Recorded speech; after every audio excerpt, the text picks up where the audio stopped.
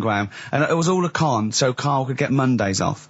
Poor Graham, the station's struggling enough as it is. Yeah. It's like running around like a headless chicken. Yeah. No one's listening. That's why I don't bother talking on a record then, because there's no loss to London. Sure. Right? It's pointless, this show. We don't do it for the money, we don't do it for the kudos. I don't know why we do it. No. Is there anything on telly at this time? I'm going to have to lie in. I know. But it's all a ruse to get Mondays. He's got Mondays off now, because he has to do the show, 2 hours, right?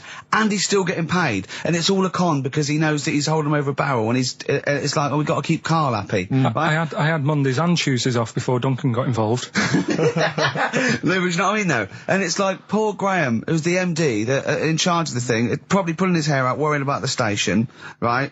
You know, it's a sinking ship. And then Karl comes along, well, I'll do it, but I want Mondays off. He's probably sitting home now. His family, he's probably ridiculed by his wife. His kids almost certainly would have lost all respect for him. He's been fooled by Karl Pilkington. He calls his mates and goes, oh, I'm busy, Graham. I don't, I just can't think.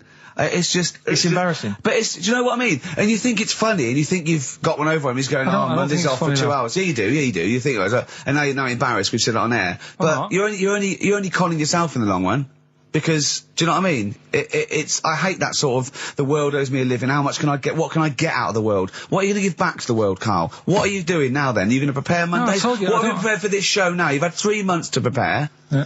What have you got? What have you got for us? Okay, what's happened in the last 3 months? What? In this place or just my life? Well, what have you got for us? With 3 months, we're cloning about, you get Mondays off, you're getting paid for it, you've got a cushy deal, you're having a laugh, you're taking the piss out of the management, right? So, what have you got for us? Give it to us. I've kind of, updated Rockbusters a bit. Right, brilliant. Yeah. Right, so, and you said don't mess with it. If something's good, don't mess with it. What do you mean it wasn't good? It was never good. It was never good. Of course we had to fix it. It was fun to do. It was a laugh. I mean, I imagine it was much more fun for me than the 450 listeners. You know what I mean? I enjoyed it. I enjoyed squeezing your head and dressing you up. No, but that's just it. When I had a meeting with Graham, right, I said, look, I'm not being funny. I don't want to do it anymore. Yeah. I've had enough of it. Yeah. And he was like, oh, what's up with you? You sounds like you have a right good laugh. I said, yeah, but that's all good acting and stuff. I said, it's hell in there. I said, like he's talking about Vietnam. Yeah. I said, having my head squoze, right? What? Squoze is still not a word. We've been away 3 months. It's still not a word. Right. Yeah. I said, he's putting a dustbin lid on my head. Yeah. You told this to the ND. He's hitting me with a tray. Yeah. He's chucking toilet paper at me. Yeah. And he said, yeah, but that's all over 2 years. I said, no, that was the same day.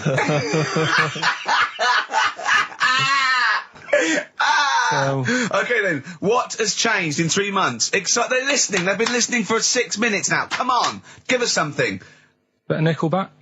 What's happened in 3 days? Play a record and let him 3 months? What, in my life or in here? Nothing's happened here, nothing's changed here. Right. But, I don't know, do you know last time we were on? Yeah. Right? And, I was telling you about the woman over the road, where I live. The one that walked around naked? There's a woman who walks about the flat naked, This is when Karl was watching a woman naked, then she looked at, saw him looking, so what he did, this is the genius he did to get out of this, he pulled his pants down, so he was naked too. His girlfriend comes in and goes, Karl, what are you doing? He went, I can't tell you now, but don't look out of the window. Yeah, go on, sorry. That woman, she's bought some blinds.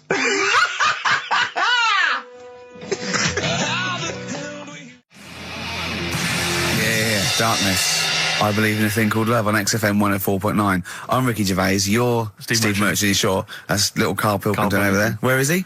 There he is. There he is, yeah. All right. Yeah. Hey. Back together again. The old gang. Yeah, it started last week. Yeah, I think triumphant return. I think it went well last week, didn't it, Karl?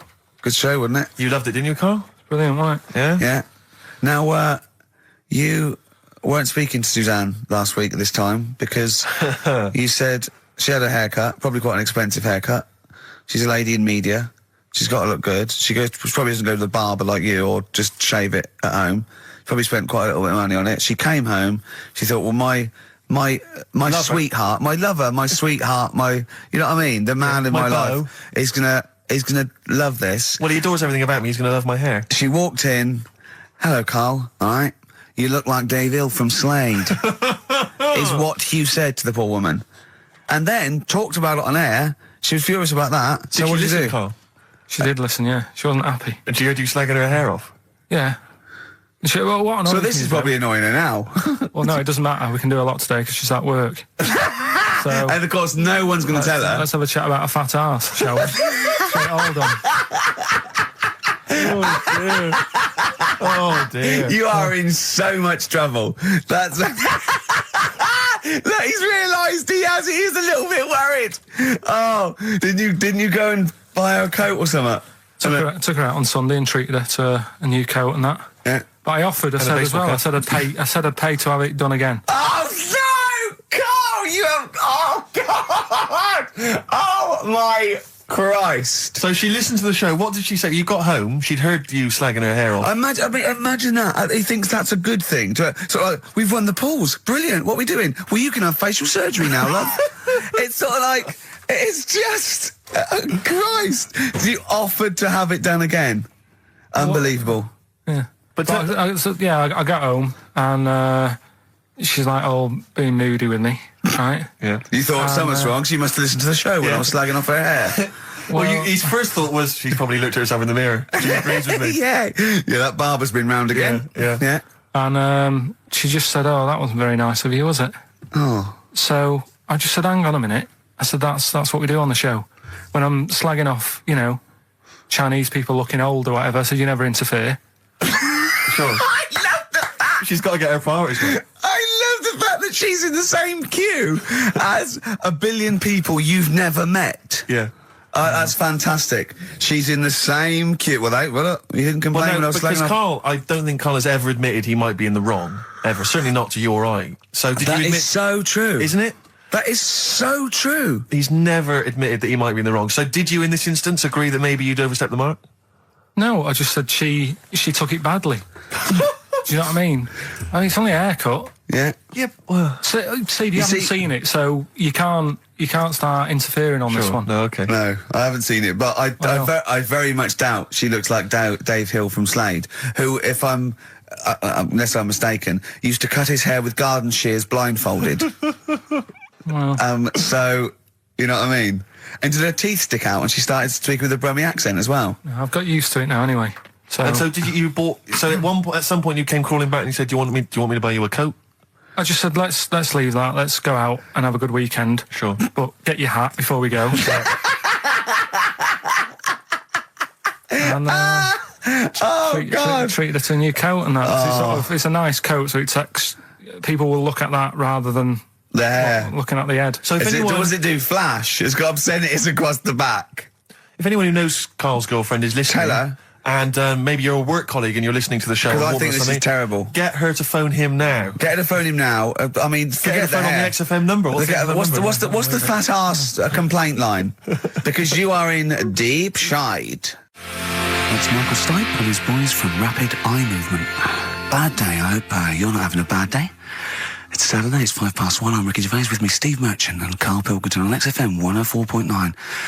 Big up and a big thank you to Alex Zane for the last 3 hours. I could do it. How long could you keep going with That's that? it. That's it? That is it. Because you see, Alex Zane, we came in while he was doing his last link, and he's an absolute pro. He really is. I was watching him, and he was, at home, you probably think that he's giving you his full attention. He's not. He was looking through a listings magazine, probably figuring out what movie or theatre piece he's going to check out, with a lady later. Yeah. Probably going to cruise down there with a couple of, chicks. And he really is an absolute pro. Yeah. Looking at you, Ricky, and it's you can sustain it for a while. Yeah. You're a talented performer, but it's sort of, I don't know what it is. Is it concentration with you? It just ebbs away almost instantly. And you try and do 2 things, 3 things at once, but normally on air, that's you eating, taking fluff out of your belly button. I never once, when we were on the set, we were filming The Office, and I'm trying to put off actors, just coming up ways, instead of remember lines, coming up ways to sort of ruin the show or make them laugh. And you came out and went, Rick, it's like having your own TV show isn't interesting enough for you. Just concentrate, it's lunch in an hour. I went, all right. Well, the radio show even less so. I mean, you really can't be bored. How long do you think your interest you sustain your interest? I came in too early because I got bored just before we came on air. Sure, okay. I came in too early. I got to stop getting the cabs early. Yeah, so you're bored now. I think I've got to get here about 1:55, and then I think that'll last me till about 1:30. Again, as he was saying that, he's not giving you his attention. He was kind of leaning back. He's put his feet I've up got now to on be the comfortable, desk. haven't I? And this CD rack's in the way. Sure. Well, you get yourself comfortable now. Get yourself settled. And then sort of... Because a lot of people will move them. Right, we've done that. Monkey news. Right, straight. Let's hit them dead. Let's go straight with cheap as chimps, Carl. Right, well, this will probably finish today, to be honest. Oh, right? Because what if we looked at it, cheap as chimps, we found out that... They eat one banana. Next, go on, do this one one. banana a day and that. Yeah, that's right, it, brilliant. So what... It was a long-running feature, go on. What? Sorry, can I just ask again, what are the rules with cheapest chimps? It's just, if you wanted a chimp, how much would it sort of cost you? Brilliant. Title come first? So, yeah, as always, that's the way they do it, right? Cheapest chimps. I thought I'll go online and see, if I could buy one. Mm-hmm. How much do you reckon? £6,000. To buy a chimp? Yeah. Oh, no, ridiculous amount. Where can you buy them from? What sources? You shouldn't be able to buy them. eBay. What do you mean, buy a chimp? From who? There was this website that was selling stuff. What you could actually... What are you talking about? Right, here we go then, right? I looked at it. Here's some of the other animals that were on there. No, wait a minute. What, are these poachers? I don't know. What, the zoos that got bored with them? Where can you buy a chimp? I don't want to give it a plug. Right, Some go on website, then. right? So what are the other animals available? Right, well, that'll give you some prices with the other animals, then you can try and work out if it's cheap as chimps, right? So, right, a camel. What do you reckon? £25,000. Right, $8,000 for a camel, right? Sloth, 40 quid. $3,000. Right. Last one, Bengal tiger, Oh, that's got to be pricey. $12,000. $1,800. What? Yeah. Carl, this is an awful website. That can't be true, mate. Right, That's so awful. a chimp, Well, $5,000. I'm going to go with $1,000. 55,000. What? Yeah. That doesn't make sense. It's mad, isn't it? Yeah. So, But I don't know what to say because this is rubbish anyway. What website can you buy? Okay, get me a tiger. Here's $1,000. Get me a tiger. well, I don't know You're an idiot. if postage and packages and... Sorry, so where does the cheapest chimps element come in? Well, that's sort Aren't you of supposed to rounds it up. shout, it's cheapest chimps at the end? Well, it isn't. That's why I want to finish the feature. You're listening to the best of basically Karl Pilkington. There's only one bird that has a penis. It's Which not. bird It's is not it? a joke. No, it's not a joke. It's not a joke. This is a okay. genuine trivia question. I'd say. I think I've seen one on this. Is it an ostrich? Right, you're going for ostrich, Karl? I'll go for ostrich as well. Right. Did you come up with that yourself, or? Yeah, I was going to say that before you said it. Well, guys, you went for ostrich. Chicken? You're both wrong. It's actually the swan. The large chicken. Yeah. What? Have you, That's a bit worrying then, because I thought I saw an ostrich penis. So what was I looking at? I don't know. Were you just examining it closely at the zoo? What were No, you? I was just. It's probably a strap on. It was probably two leather ostriches giving Yeah. each other one. Exactly. And that's how that can influence people. Things like that. Dirty, filthy leather ostriches can Confuse a child if he's at the zoo and he doesn't know. A swan's got. That's really annoying. I'd never give a swan a knob. It's the little puffiest of It all is the birds, puffiest of all isn't birds, it? yeah. Oh, I'm protected by the queen. But I need a knob. If I had to give a knob to any bird, Good question. No, I wish I'd posed that myself. If you could give a knob to any bird, what would it be? Phone in. Oh, vulture. of course, a vulture. That they need a big veiny bang stick. Yeah. What about Yeah. yourself, Karl? If you could give a knob to any bird, and don't make it rude. Or if I could give a knob to any bird, What I'd make bird it do you that suit Jordan. up? It's got to be a bird of prey or something like that, hasn't it? Cool. Just a robin, really. That would be amazing. Yeah, that would be Christmas cards would be like... Yeah, but it's a normal human-sized Yeah, knob exactly. on a robin. On a robin. That'd be genius. great, wouldn't it? That'd be And the genius. other thing annoying about this is ironic, right? Now, the male of all bird species they're called a cock. Yes. Right. But the only bird with a cock, Yeah. right, is called a cob. Is that what a swan's called? Yeah, they're cob and pen. They're not cock and hen. That's and annoying. he isn't a cock, but he's got a cock. Yeah. Good. Quick query there, Rick. Go on. When you said then cock, Yeah. presumably you meant male bird Yeah. the first time you said it. Yeah. The second time you said it, you said cock. Did Yeah. you mean the penis? Well, you're showing off the whole farce of radio broadcasting. Because you're not really allowed to say cock. No, exactly, meaning no. penis. One cock would cause great offence. Yeah. The other cock's fine. Exactly. It's weird, isn't it? It is strange. It is strange. So, I mean, if I said now to you, you know, oh, I like cocks. Yeah. Meaning birds. Yeah, that's that'd fine. be fine. Yeah. But if I meant penises, it would be a problem. If you like cocks, it was Right. that would be... Carl, yeah. do you like cocks? Do you like cocks? No. Right. Okay, that's fine. I was asking if you like. No, I like, you know... Yeah. Well, I mean, I'm a big fan of tits. The small birds that come down and peck at you. Yeah. Yeah, you like tits and cocks. There's nothing... Tits and cocks, There's nothing wrong with... that. There's nothing... Carl, don't worry. There's nothing wrong with saying tits and cocks. When I said tits, I meant the little birds. Yeah, And when I come said down. cocks, I mean the big birds. Yeah. Do you know, when... Go on. No, it's just that... It's when you're talking about tits. Yeah. You know, at the milk. Do you... I like the fact they flutter away when they hear the milkman coming. Oh, come on. So when... What? What are you talking about? What are you talking about? No, when the milkman's coming, when he's walking up... Right, there's a little midget. Right, there's a circus. I'm loving it already. Circus going on somewhere. I think it was in America. And Is that present day or old times?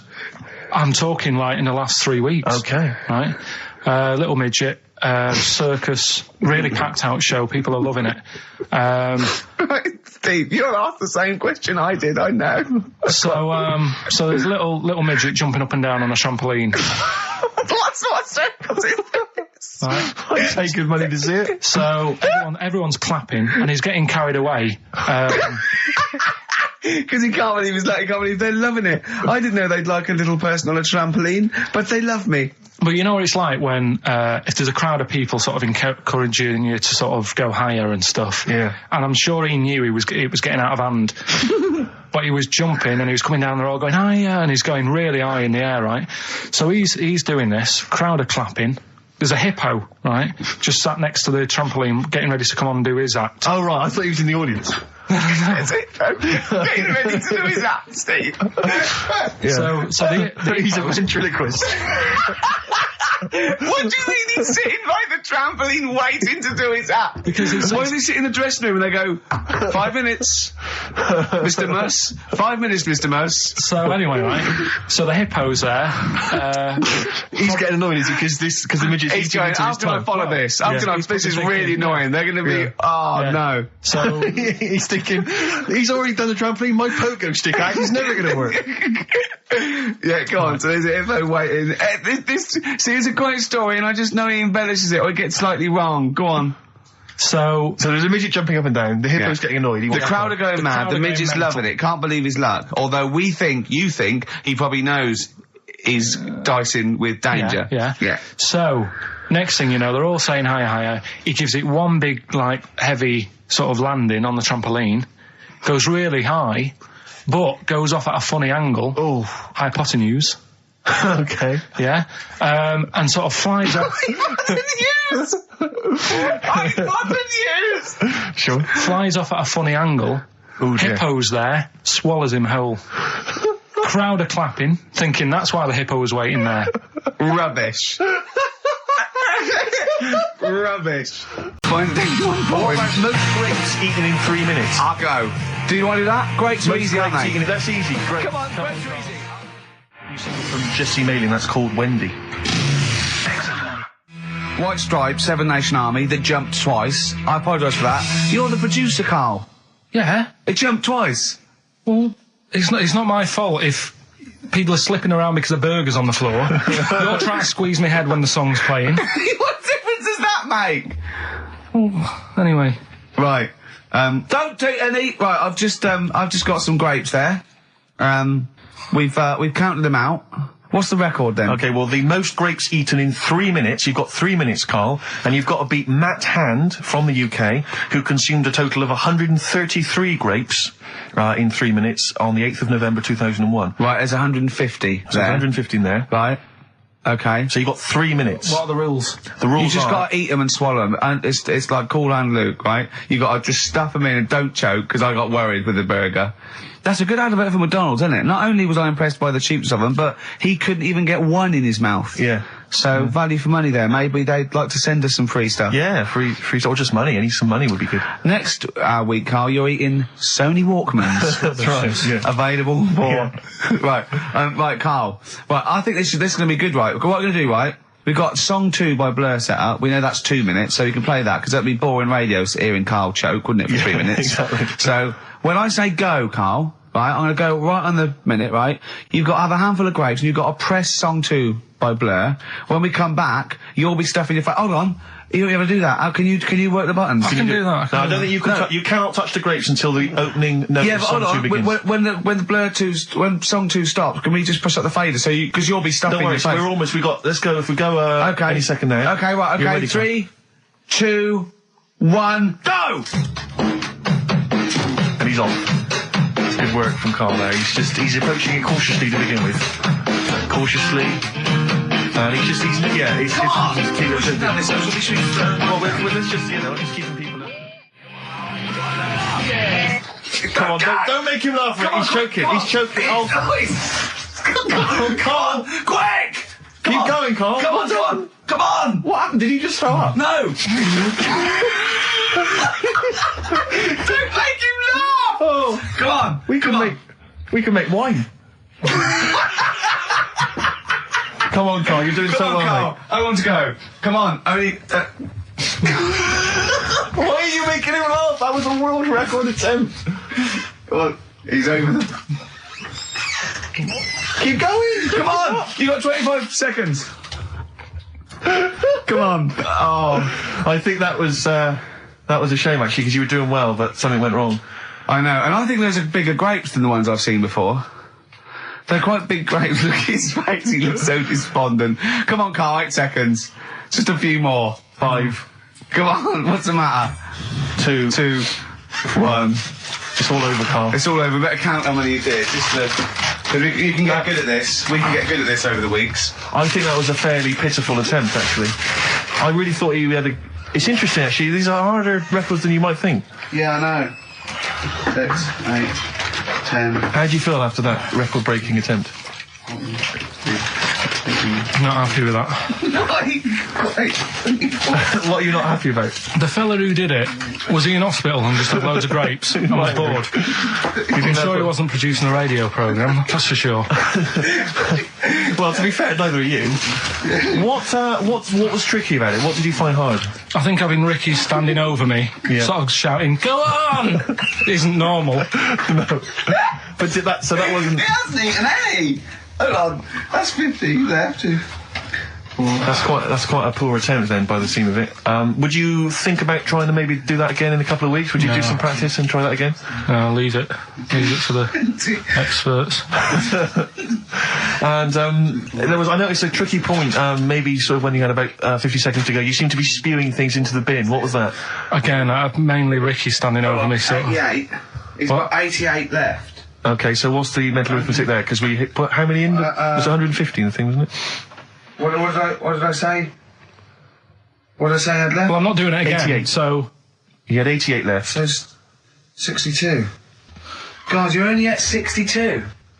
What's the matter with you, Karl? There's people start you at 62. That is rubbish. That's disappointment. Let's leave So that. you failed on 2 world record attempts That's then. 62, and the record's that is rubbish. What were you doing? Oh, yeah, but like I said, I've got a small throat. I can't drink a drink quick. Ever since the Mr. Freeze Pops when I was 6, that I nearly choked on, I nearly died on, I can't go back. It'd be like asking, I don't know, someone who got run over to play Frogger or something. What's Frogger? What, you mean real life computer game? Well, just a computer game brings back memories, doesn't it? And I can't do that. What's Frogger? Does Frogger get run over? Yeah. It's a little frog that has to run across a busy road. Do you know who he reminded me of? Apart from Hamburglar and Zippy and all that. When he was mentioning those grapes, because the shape of his head, it looked like a game of Pac-Man. Yeah. It did, as he was getting to him, it looked like... You should have had that music. It looked just like it. Oh, Do you remember God. there was a board game version of Pac-Man? Was there? I mean, the only thing that Pac-Man had was the fact that it was on a computer and it was a little face eating things. But imagine that as a board game. But there's board games of like things that you don't need board games for. Yeah. It's like there's board games of charades. Do you know what? You don't need that. It's like parlour games. Board games of let's watch the telly. Yeah. Let's play sit around. And it's all like 1999. You don't need it. New from Mattel, a stick. Simply run along, clanking it against a fence or a metal grate. It's fence stick. And a picture of it. Like, oh, Nan, that's my stick. I'll tell you That's what. my fence stick. Do you know I saw in a shot recently the board game of Cold Feet, the TV show. That is a winner. You are John Thompson. Yeah. Go back. Yeah. It's a good game. Drink 8 pints. Go on. Songs of phrase. Songs of phrase, nicely done. But what's the name? I tell you what is interesting, Steve. I didn't know that much about it. Autism. Okay. Oh, good. With some more entertaining stuff on XFM 104.9. No. To cheer up people. Go on, and what? Go on.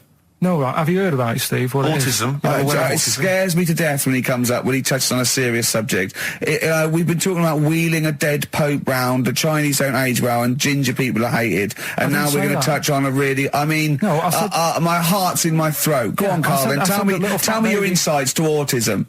Right, well, there was this, again, Channel 4 coming up with some good stuff at the moment, right? Might not have been Channel 5. But what's the name? It was It's the attention span I like. Oh. these people who, they've got like this autism thing going on. Yeah. And they sort of take in a lot of information. They get sort of they get so into it that they know everything about that subject and what have you, right? And there was this lad who, he knew everything, right, about EastEnders. Right. He sort of, the cameraman was saying to him, so, you know, why EastEnders and that? And he said, oh, I don't know, I just like it. And he said, I remember when I first watched it, it was a Thursday, it was 5 to 8, Pauline Fowler walked in, she had a pink jumper on, she said, all right, love. And he remembers everything from that moment on. Yeah. Right, and everything, which is great, but then the way the programme was making out, it was almost like they were saying it's a disability. Right. When in a way, it's more like a superpower. Sure. Like Rain Man. But if you can take it, Rain Man. No, I'm he not- has special autistic powers. Oh, God, We must send for Rain Man. I don't know what to do. So I you don't know mean what to so do. he would be a But great there's contestant other on Mastermind, things. sort of autistic Sorry. Mastermind, he'd Well, be what I'm dynamite. saying is, don't be watching EastEnders though. Sort of, why didn't they give him an encyclopedia and say, get into that? Sure. That'll be useful. Yeah. Keep him away from EastEnders. Wasting his time there. But I don't think it is a disability. No. Yeah, I but always- there are other things, and they're not. It's also autism is a matter of degrees. From what I know, and I'm sorry to have to do this, but I feel that I have to at least be the voice of reason, as ill-educated as I am on the subject. But I think there's degrees of autism. I think some are higher performance than others. There's other issues with it. It's not they're just got good memories. They don't go around doing tricks for people because they can remember stuff. There are other issues with it. Do you know what I mean? Right, well, I mean, they seemed a bit... But you watched the programme. What did you learn? That he knows when Pauline Fowler came in.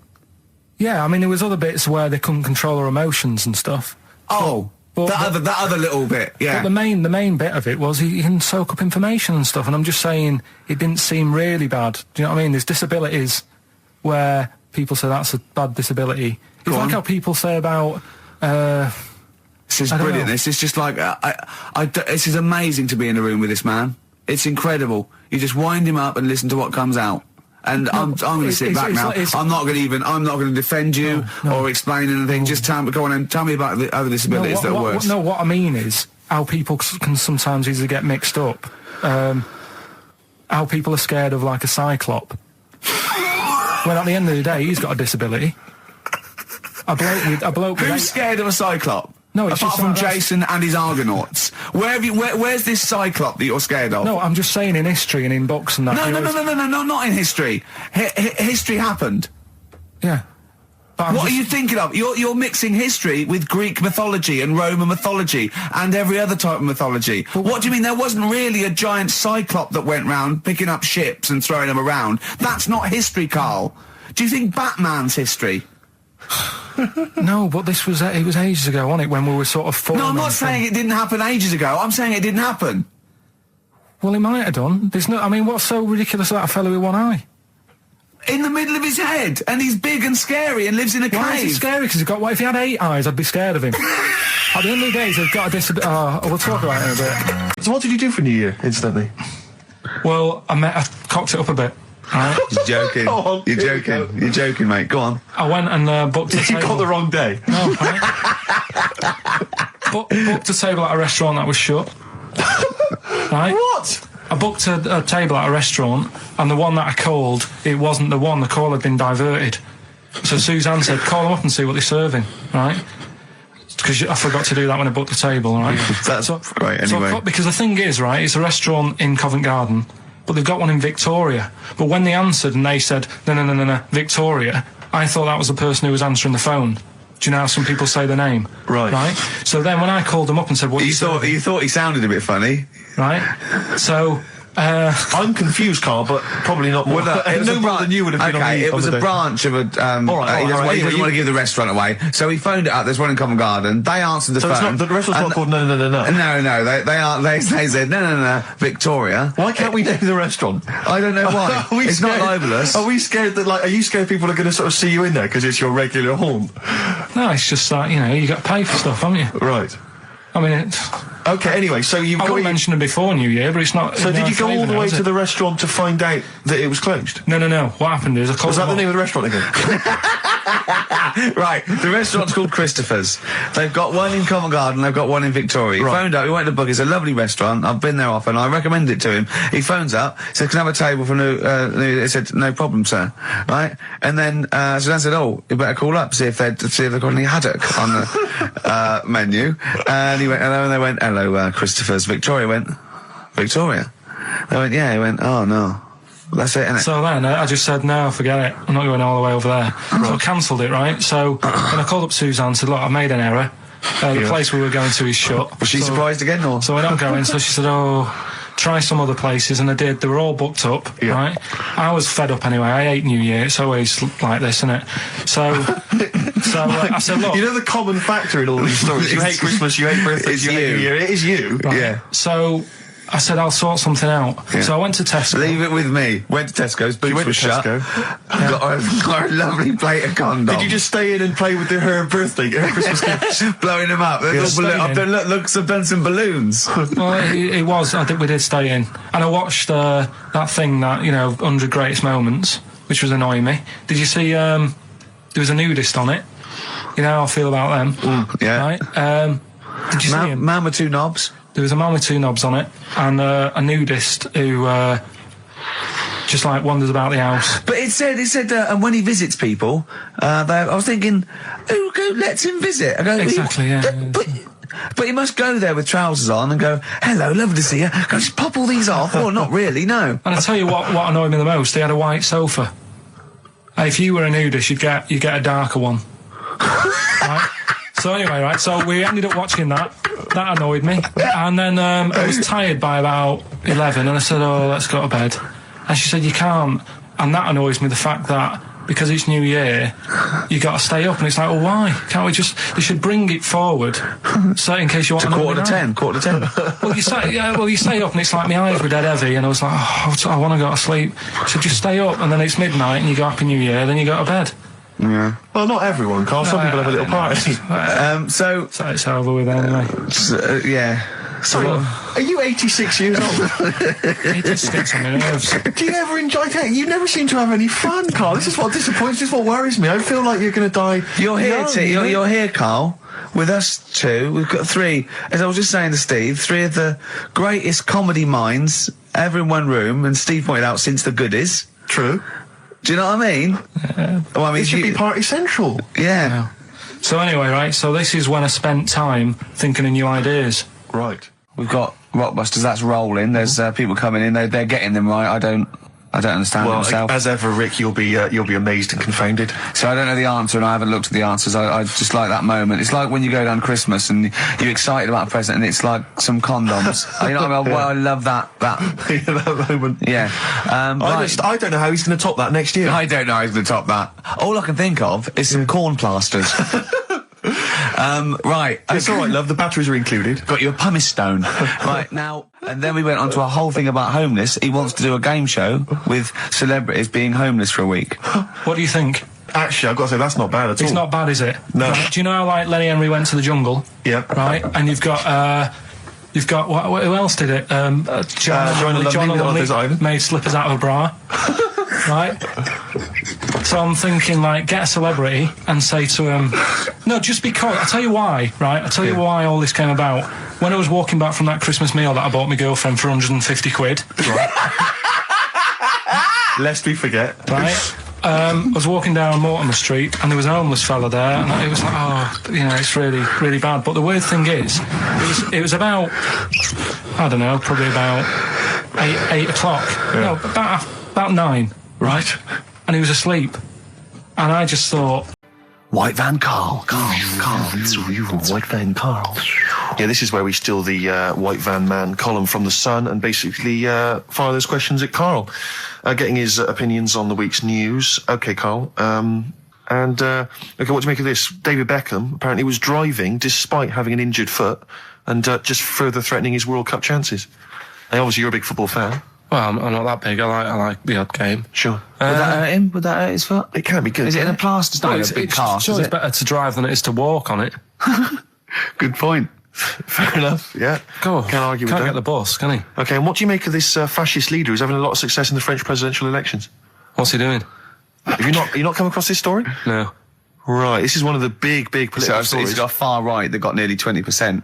He's in a one of the- far-right fascist leader, and he's having considerable success in the French elections. I don't think we should be asking Karl questions like this. Not a something lot- you've got to I'm getting scared. There's all sorts of bad stuff going on in the world that we don't know about. Yeah. But we know about this. Yeah, but you're better off not knowing because there's nothing I can do about it. You're absolutely right, Karl. Fair enough. I can't argue with that. Oh, God, that's man alive. fantastic. That is brilliant. White Van Yeah, Karl. White Van Karl. I mean, for those that don't know, we do this. We on asked this week. Karl the questions that the Sun asked someone else. That's right. The Sun every day asks some, average Joe his views on the week's big stories. Karl, let me ask you now. What do you make of Prince Harry smoking openly at a polo club? Are you aware of this story? No. Was it? Go on. Prince Harry, you know that he's one of the royals, Yeah. and he was seen smoking openly, a fag, a cigarette, a polo. Third in line to the throne. something like that. Yeah. Imagine that. Someone smoking a cigarette who's third in line to the throne. A cigarette, Karl. Is it a non-smoking polo club? Do you know? I don't know, but if it were, would that make things even worse for you? Well, No, yeah. seriously, what do you make of it? This is the whole, the furore is he's a role model, he's a royal. Should he be seen puffing away in a public place? I don't think it matters, does it? Not a concern for you? How old is he? Is he old enough to smoke? I think he probably is, yes. Right, yeah. Well, it's fine. I think the trouble with this role model thing, with anything that's legal, it should either be illegal or not. Yeah. I just don't think you can impose things like that, because you could say that it is bad for you, and it is bad to start smoking, and it really is bad for you, and it causes cancer and everything. But everyone knows that, don't they? Well, yeah, but you should either make it illegal or shut up about it. So this is Karl you're asking, isn't it? I am indeed. Sorry, So we can throw these questions your way as well if you fancy. Sorry, yeah.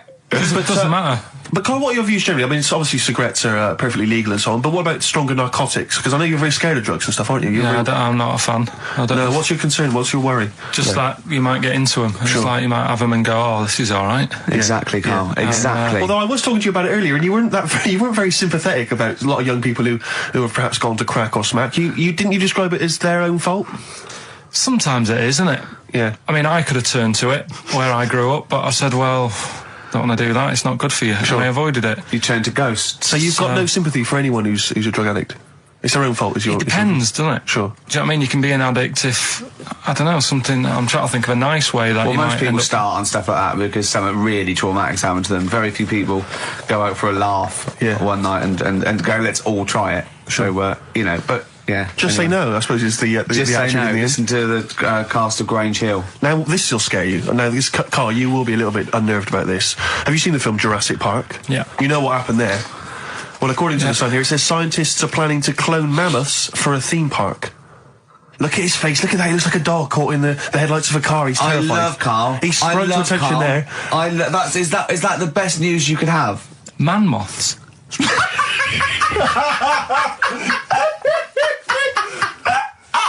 Right. Yeah, man moths. I Man love moths. the fact that that's why he was so excited that they bred a man moth.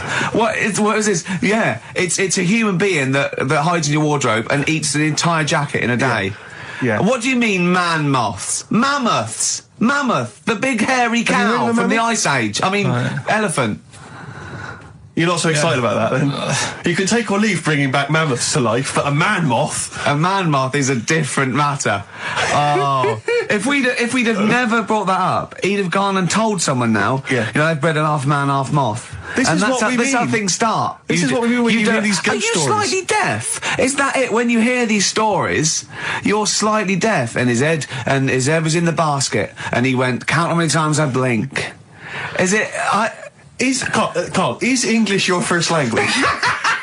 Are you actually foreign? Is that the thing? Yeah. Should we speak when we say slower? foreign, we mean not of this planet. Yeah. Should we speak slower? Would that be a help to you? No, go on. Next What do you one. make of Do that? you think that's good? The Do you think idea that's good of to bring back mammoths? prehistoric animals. These giant elephants. They're slow, aren't they? It's not as if they're going to, like, get out and run fast and they can't capture them. They'd probably be a fence, to be honest, Carl. They'd probably be a fence. No, but you're asking it as if, like, oh, it could all go wrong, but it couldn't, could it? Well, Really? but the point was about Jurassic Park is they thought it wouldn't go wrong. They thought they had it all under Yeah, but control. that was and Have you learned dinosaurs. nothing from Jurassic Park, Carl? Dinosaurs would say, oh, think about it before you do it. But with a hairy elephant, it's not going to... Not a concern for you. Would you go along to see him? Would you be interested in that? If it was in the area. He's the best. He's great, isn't he? I'd love a queue, Nothing right? impresses No, him. but what I'd like to do is Karl sitting like Yoda in a little cave, and I'd just like to see people like Tony Blair and, you know, Stephen Hawking's in a queue, and they go and say, Karl, got a bit of a problem. And thinking of cloning a man and a moth. Problem? Not an issue. No, if I'm in the area, I might cruise around and have a look at it. Otherwise, just don't send it near my clothes. Oh, that's fantastic. So it's just for a second. As the words man moth came into your head, how excited were you? I mean, were you both terrified and excited? For the moment when you thought that they'd cloned a man and a moth? I pictured... What kind of face did he have? Did he have the moth's head, or was it a man's head? just a little man head. Right, what was his face? What did it look like? He just was like a bit shocked. Perplexed, yeah. So it was like he'd been grafted onto the body of a moth without his consent. And when he was asleep, lad. yeah, he'd woken up. he just went in to have a goiter removed, Yeah. and they said, we've He replaced woke your up with goiter with the body of a giant moth. Yeah. Is that all right, Mr. Jenkins? So he had the head of a little. Was it a little boy or a man? Little man. Right. Okay. And he's just bumping into a lamp. Just bumping into a lamp. If you went into hospital and they'd done something, what's the worst thing they do, right? What would you rather have done, right? You wake up and you've got lobster claws for hands. Right. You wake up and you've got duck's feet. Or you wake up and you've got one horn coming out of your head. The worst thing, Yeah. probably the horn coming out of my head. Why? Get in the way. That'd be useful, wouldn't it, in fights and stuff? And for like parties, people would play Well, I suppose quoits. the lobster claws would also be quite handy there. Definitely.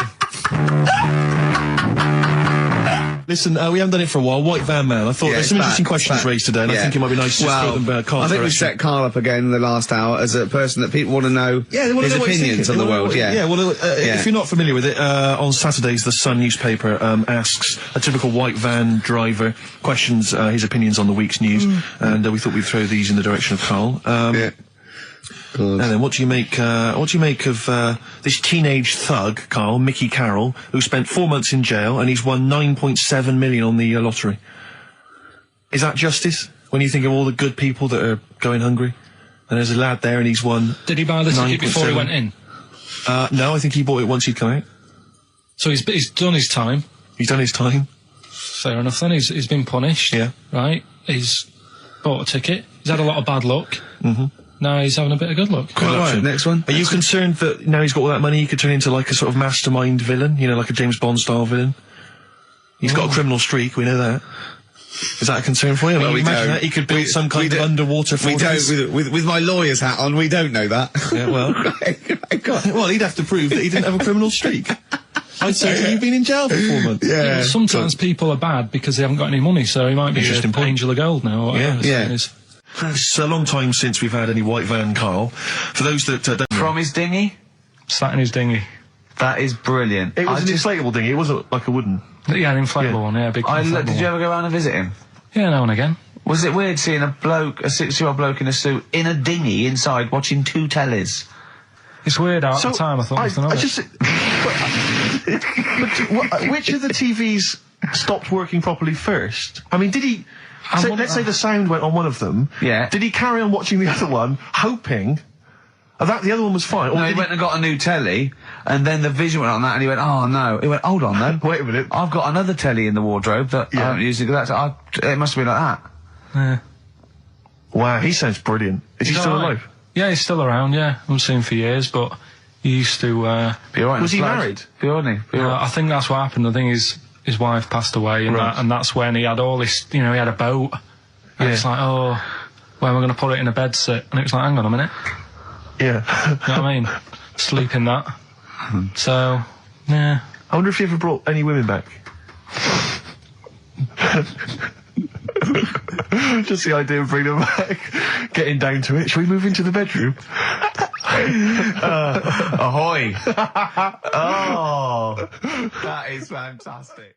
What were we talking about before? I was until you know the most complaints ever, the Last Temptation of Christ. I haven't seen it. What was it? It's Scorsese, isn't it? it's Martin Scorsese, and I've bought the film actually recently because I was intrigued to see it, but I've not actually watched it. But from what I understand, the reason that it was so outrageous is because it has a whole sequence which shows what it would be like if Jesus had lived his life and not martyred himself on the cross, but lived his life as a human being, part of which is him having sex. And so I think that was chiefly what the outrage was, that it was showing this godly man to be, you know, as human as he was supposedly, you know, because he's supposed to be human as well. So so that's the reason. That was the reason that there was complaints there. I don't know. I haven't seen the film. Well, I can't say. you see him, do you? You see him having sex, I think, yes. Although it is an actor, Karl. Yeah, it's not point actually out. Jesus Christ. It's not the real. It's not the real Robert Powell. No. It's an actor playing Robert Powell. It's that, you see, sex on films and all that, right? When I was growing up, Here you I'd go. be watching... No, just saying an example of this, really, Go on. right? When I was growing up as a kid and I'd be, you know, watching films with my dad, right? He'd really be enjoying a film, right? And then a sex scene would happen. Right. And he'd go... On film. in Or the just film. behind you. Yeah. In the film, a sex scene would happen. Your brother up to his old tricks again. And he'd get up and go make a cup of tea, right? Right. Typhoon that he'd stolen from some sort of telephone box. And like even recently, he thinks it ruins a film. Do you know what I mean? Because there's no need for it to happen, is there? Really? Yes. Why? Sometimes it's warranted. If the film itself is Yeah, no, fundamentally some about- films it isn't though. Some films it of course, isn't. some films it's arbitrary. I think the films that him and his dad watched together on Channel 5. Yeah. Probably not. Is it only on Channel 5 but in do your you know- house? But let's put it, yeah, if you're watching, you know, I don't know, a late night, Friday night, you know, From erotic thriller. 1983. Yeah, illegal briefs. A beautiful lawyer has to defend a man who may be a killer. She falls in love with him, but does she know the real man? Oh dear. You know what I mean, though. Lest you forget, of course, that I... Love Heat. With the bloke that is now in... Go on. You know, of course, that I, according to the Internet Movie Database, I once appeared in one of those films, in the film Killer Image, a Canadian film, I believe, from 1989. According to that computer... It's all wrong, website. isn't it? It's all wrong. It's all completely wrong. Of course it is, yeah. Apparently, I was in that, and I played the role of Kirk. Was it a porn thing? No, I think it's just an erotic thriller Oh, right. that I supposedly... You only was had a in. very small part, though, didn't you? Indeed. Yeah. Yeah. But no, do you know what I mean? Sometimes you don't need to go that far. Say, like in this Jesus program, right? Film. What's it called? The Last Temptation of It's Christ. just like talking. You know what? What's his name? Is it Ralph in The Simpsons? Yes. I drawed a kitty cat. It's like talking to that. Yeah. No, but right, this sensation thing, right? Do you know, often we don't get that many complaints on this show. We don't get very many complaints. And I think that's either because there's no listeners, or B, it's because most people agree with Karl. And that I terrifies know. me. Or they let him off because it's like, you know, you can plead insanity, you can go mental and kill a few people, but they go, oh, he's a bit backward. No, but was it because, like, they're saying that he was having it away? Or is it because you saw it? What got the complaints? The complaint was the very suggestion that Christ It was himself would be a having blasphemous sex. thing, not the fact that you saw an actor's knob. So what about if they just cut it down a bit and you like, saw the little stable door closing? It wasn't the baby Jesus having sex. It was the grown man. The stable door shutting. No, but do you know It's what the they do? nativity scene. Oh, that is brilliant. That is. then- The wise men saying, I can't believe we brought myrrh, we should have brought condoms. It's like that, yeah. There's 2 for 1 offering, Boots. Yeah, I don't know what we were thinking. With frankincense. It's just it's always awkward. Should we isn't it? apologise now to the Christian church as well? So Sorry, we- the little Chinese fellas, little Welsh fellas, and the little Christian fellas. We haven't said anything wrong. No. It's like, you see, when I was growing up, Stable door. I love the idea that in Karl's world, he was born in a stable, just thought, well, I Yeah. love this place. Yeah. I'm just going to stay here the rest of my days. This is good here. Oh, brilliant. but when I was watching telly with my mum and dad, I mean, it still happens now, right? My dad will sort of go, oh, ruined, good film ruined, right? Yeah. If some sex scene happens. But why doesn't he But just what are we ignore talking it? about sex scene? Are we talking about a kissing or are we talking about penetration and looking at the camera? Going, just- are you enjoying this, Pilkingtons? What are we talking about? What is sort of extreme levels are we talking about? Right, last time I was down there, right? Yeah. What was it? Meet Joe Black. Meet Joe Black. Meet Joe Black is a terrible film. yeah. Yeah. Right? There was good film, and then you know it's going to happen because like the music comes in. Brad Pitt's keeping quiet. A woman's eyeing him up. Sure. So my mum, I love that. my mum's worked it out already, and she's going. Anything on the other side, love? She knows. She She knows it's something's. So you can be enjoying a film and you can be an hour and 10 in, and then some spidey senses of one of them can go, should we turn it over? And the other one goes, yeah, all right. Are you sure it's not them protecting you from scenes of sex? So that what they're thinking is, what if Karl gets the idea to have sex? Yeah. That could lead to procreation. We don't want any more like him. Yeah. We've got to end the line here. You sure it's not the doctor? Keep calling out going, you are keeping away from exactly. women, aren't you? He must never find out. Are you how sure it's they're not done. embarrassed because they're watching a sex scene with their son? It happens every time, right? There's 2 things that my mum does, right? It's that if there's sex scene on the telly, she'll go, anything on the other side, love? And the other thing she always says, if ever there's anything on the telly with Elvis in it, Yeah. she goes, oh, I like him, right? And we all know, we sat there, we know what she's going to say next. Yeah. So you don't even bother saying why, right? And she goes, he likes fat, ugly people. He what? He liked fat, ugly people. He didn't always go for like the good-looking fans in the crowd. What Elvis did? Yeah. Right. That was always the thing. And I'm sorry. No, hold on. I don't know what we're doing now with our lives, Steve. Right, wait a minute. Right. So your mum says 2 things, right? She either says... Is there anything else on the other side? Or, I like Elvis. There's a pause because you know what she's going to say next. She says, he liked fat, ugly people. How often does this occur? Well, because they've got Sky, there's a lot of those channels on. They're like the music channels. So Elvis always comes on. There's either an Elvis film, there's a classic hit by him on. And she'll go, I like Elvis, he liked fat, ugly people. And what do you mean he liked fat, ugly people? Is she a fat, ugly person? Because there's that special Vegas show, isn't there, where he's dancing about, right? And he's got loads of scarves around his neck. Towels. Yeah. And he always hands them down to the fat, ugly ones. Right. And I always say it's because they're the fat, they got a sweaty face because they can't, you know what I mean? I don't know what world they I live don't know in. how we've got onto this subject. What sort of world are you got when you're watching his face? And what do you mean fat, ugly ones? You mean they're in the front, they're sweating a lot because they're a bit chubby? So she thinks, is giving them a towel because it's He's really going, wipe your face, you're putting me off, you fat cow. Stop sweating near me. There's another one. What? So, hairy Chinese kids. Yeah. Jesus. We haven't slagged off hairy Chinese kids. We slagged off Chinese. We didn't slag anyone off. We just said they really haven't got a town as such, and they wear shoes. What did we say? Yeah, little wooden shoes. And what did the I just don't know how we got onto Elvis and big fat ugly women. I don't know I don't know how we Did you sidestepped from the Last Temptation of Christ. Did you see that fat girls and feeders Go program? down a minute. Eh? What's Tom Petty first? Oh, brilliant! It's a great song. Breakdown. How many Tom other Petty. radio shows have talked about Last Temptation of Christ, Chinatown, Yeah. fat ugly women? More Yeah. than 60 minutes. Exactly. Incredible. Sony Award winning. I've always wanted a little owl on my desk. I'd be doing work and there'd be a little owl there, and I go, "Can you give me that pencil?" And it just sort of goes over and gets me a pencil, goes, "Cheers," and it just watches me and it thinks I'm brilliant. Do you know what I mean? Not really, no. No? No, I've never had nurse to have any kind of animal sat on my desk. No, Carl? You'd like a little owl, wouldn't you, that helped you? No, I had a little magpie, didn't I? We've talked about that. Oh, he came down and started pecking your grifter, didn't he? Yeah. What was his name? Maggie. Sure. Brilliant. Inspired. And you took it to school and it didn't come back once, did it? Didn't come back. Didn't see it again. Oh, dear. Did it ever peck your head? Because you used to have hair, didn't you? Yeah. No, it did. It started getting a bit violent. Really? Yeah. But was it becoming sort of age when this is probably...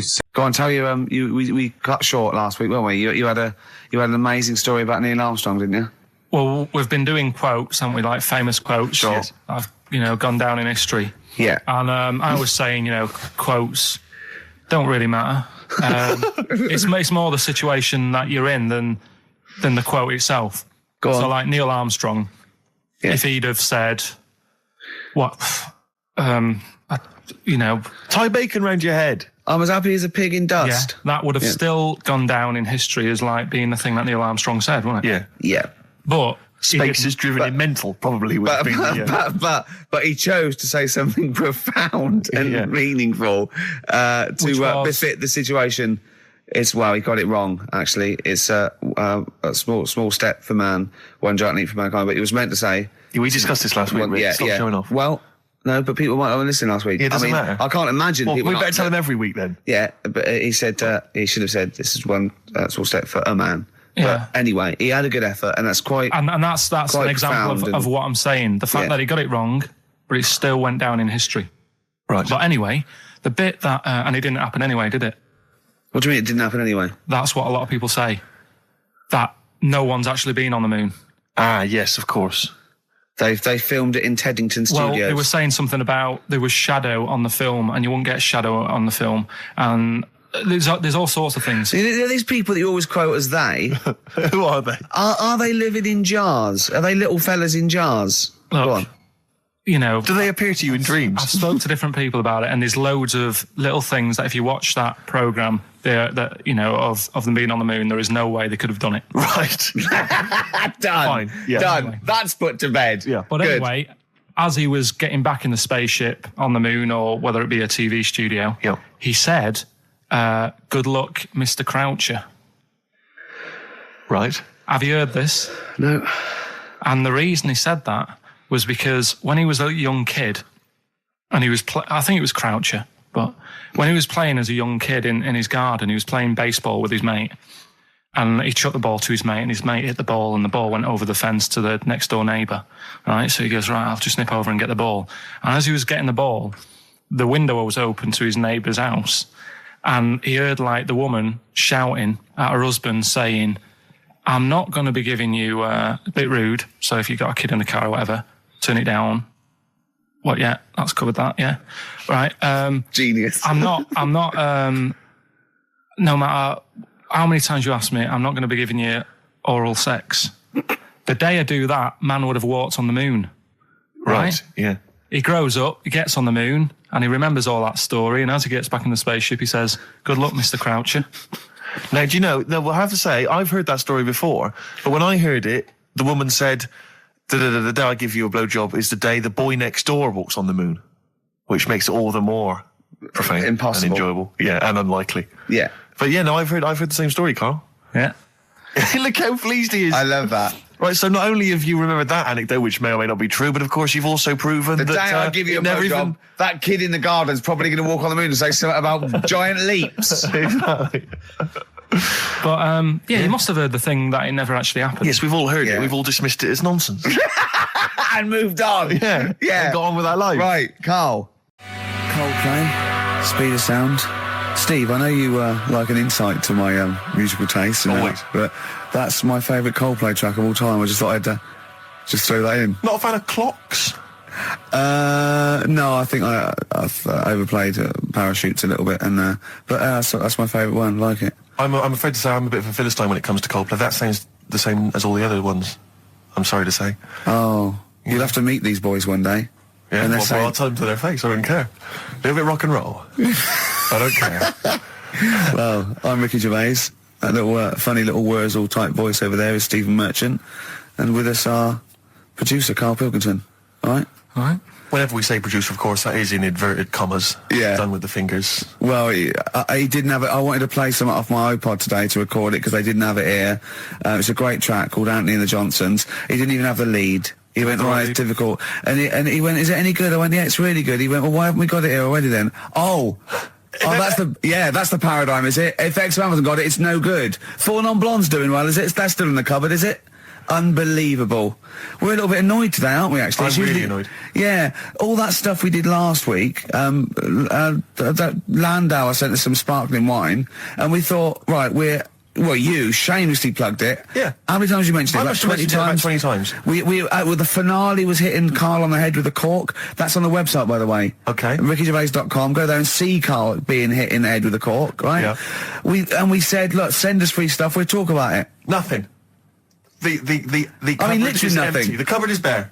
No one has thought. I tell you what, there's those guys from The Office. Yeah. I mean, Let's be honest, Rick. We are taste makers. We're Yeah. opinion formers, you and Yeah, I. yeah. And you'd have thought if anyone was going to send us some free stuff, yeah. you know, it makes me Unbelievable. fume. And do you know what it is? It's because people, PR people and that, they've realised no one's listening. But not only are we going against all our principles and losing our dignity just for some free stuff. And integrity. And integrity, yeah. we're through that We're one. going against XFM policy because obviously they would have got thousands of pounds for Landau to be mentioned last come week, on, 20 times. No, it wouldn't. Thousands. It's 40 It's quid, isn't it? XFM, Rick. It's 40 quid Yeah. for 40 quid for a 9-minute advert. Exactly. So advertise your quality stuff here. Yeah. Jeff's Garage, cheaper than some other garages. Anyway, actually, if Did there we is a play an advert once for a tattoo parlour? Yes! Do you remember that? I'm sure we played an advert for a tattoo parlour. What tattoo parlour can afford to advertise on a radio station? Unless it's a tin pot one like this. Oh God! Oh, I've got some good music today, though, Steve. Oh, really? I hope so. I'll be the judge of that. Go on. Yeah, what have you got? AC/DC. Oh. An honest mistake by the bravery on XFM 104.9. I'm Ricky Gervais, with me Stephen Merchant and Karl Pilkington, Yep. our producer. Right. In inverted commas, heat put. Yeah. Yeah, they know. They know. How are you doing, all right, Karl? Yeah, didn't they also write something about me bald round head? Yes, perfectly round little bald man head, they said, so... Because you need to know that when you listen to the radio on that. Really matters what my hair's doing. Your hair, have you given it a little polish? Because you look like a cue ball at the moment, and you've had a shave in it. I've never seen such a round head. It actually looks like a plate with ears. Yeah, well, for those that have never seen Karl, I actually, if you remember, I think he looks a little bit like Mr. Spoon from Button Moon. He does. If you've ever seen that show, that's and just- also he looks like, you know when they say they find with a little 4-foot human and it's actually 500,000 years old and they give it a name and it's the first, Australopithecus into. He looks like one of them as well. Perfectly round little. He is the missing link. He looks half human, half monkey. Because he's got a slight slouch as well. So Yeah, I it's know, like yeah. those pictures where you see it going from an ape to a man. I He's one know. of those in the middle. Yeah, and of course his monkey hands, his hairy little wrist to those skinny little things that he can get oranges out of holes with, and it's unbelievable. Why are you so all shaved and polished and everything? Got a wedding. What? Got to go to a wedding today, so thought I'd, clean myself up a bit. Yeah. Shouldn't he be Shave wearing my a suit or something? No, I'll go home and put something on. Oh, okay. But Suzanne said, make an effort. I sort of had a shave and that, and then I came out of the bathroom. She said, "Oh, your head looks a bit sort of eggish." She's right. She always worries about when I have a shave because I just, That's your girlfriend, Karl, I know. saying that. Just think. So don't worry about Heat saying it. Funny thing is, it's Boyd Hilton, I think, of Heat that wrote it. And he's got a little bald head. Yeah, no, don't slag him off. Yeah, but on the end of his review, does it say, written by Baldy Boyd? No, because it doesn't matter. It's a magazine. Don't worry about it. Looking forward to the wedding? A bit boring, isn't it? But you got to do it. They're probably listening. Should we do a shout? No, it'll be a great day for them, but I know what will happen. Suzanne will see, all the fuss and that, and then she'll get ideas and have to let her down and all that. Why is it you don't want to get married again? I always forget. It's just, who's it for at the end of the day? I've been with Suzanne for 11 years, right? Sure. We're happy. Well, I am. That's what counts. You're never happy. I am. I'm all right. Yeah, no, I know you're happy with Suzanne and everything, but apart from that, you're never happy. You are the most grumpy, moany thing in the world. I mean, I get annoyed, but I'm always happy. I was annoyed here. I was happy coming here, but there was a bloke behind me walking and scuffing his feet. He had a pair of those stupid skulls on, and he was clicking and scuffing. Wear some shoes. You don't have to click. Pick your feet up. Flip-flops annoy me. But I'm happy. I'm just annoyed. You are just like, oh, the world's on me. It's rubbish, this. I know the world's great. It's just sometimes people annoy me by being there. But Steve said I should be locked in one of those towers that princesses used to be locked fairy in tales. fairy tales, because everything annoys me. But you're grumpy. I'm not. I'm all right. Oh, right, okay, listen, we better play a record soon, but coming up, Steve, I went away with Karl, okay? It was a little present from Jane, it was a golfing day, and I could take someone, took Karl. It was a brilliant day, absolutely brilliant, but it ended with us sort of drinking and chatting, and me saying, right, I'm going to bed, because Karl said the most ridiculous thing he has ever said. Think of that. That's something. Oh, sometimes, Karl, I think you're on another planet. Here's the only ones. Foo Fighters, Best of You on XFM 104.9. I'm Ricky Gervais, with me, Steve Merchant and Karl Pilkington. All right? Karl's had a bad week. I'm going to say it straight away. He tries to rule out stress in his life, but he's had a bit too much stress this week, haven't you? One, a phone call from his mum, stressed him a little bit. Right. Something he said in a magazine about his auntie. Came back to haunt him. Auntie Nora? Auntie Nora, yeah. Don't name her. No. Oh, She no, knows don't who name she her. is. No. Okay, we won't name her, right? We just say it's the one who farted for 5 minutes, and as he saw a skirt when he was young, and I found it like a split tennis So ball. it could be any of me aunties.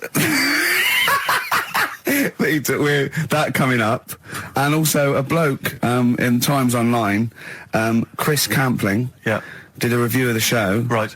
and basically said that Karl Pilkington is a creation of Gervais and Merchant. Well, if only that were the case. He said he started off saying he liked the show. Yeah. He was excited. Said it was a good show. Weren't you earlier? You came in with a hop, skip and a leap in your step. Although I must say, the phones are going mental. We're going to have to take This some is more it, no, calls. people I love mean, Karl. High and Dry is great. I mean, it works. That's it. Can we have a very quick... Just recap in case someone's just yeah, tuned in. quick Can you recap. make it so High and Dry doesn't work now? Give us a bit of information that makes it different to High and Dry, or can't So you for those that do have just that? tuned in, Karl describes in a roundabout way a story which somehow is representative of a song. Is that Song right? title. A song title. Yeah. Okay. So this woman, she's all right. You know, she has a normal life, Pretty much. kind of. Yeah. There's probably a few things actually that she can't do thinking about it.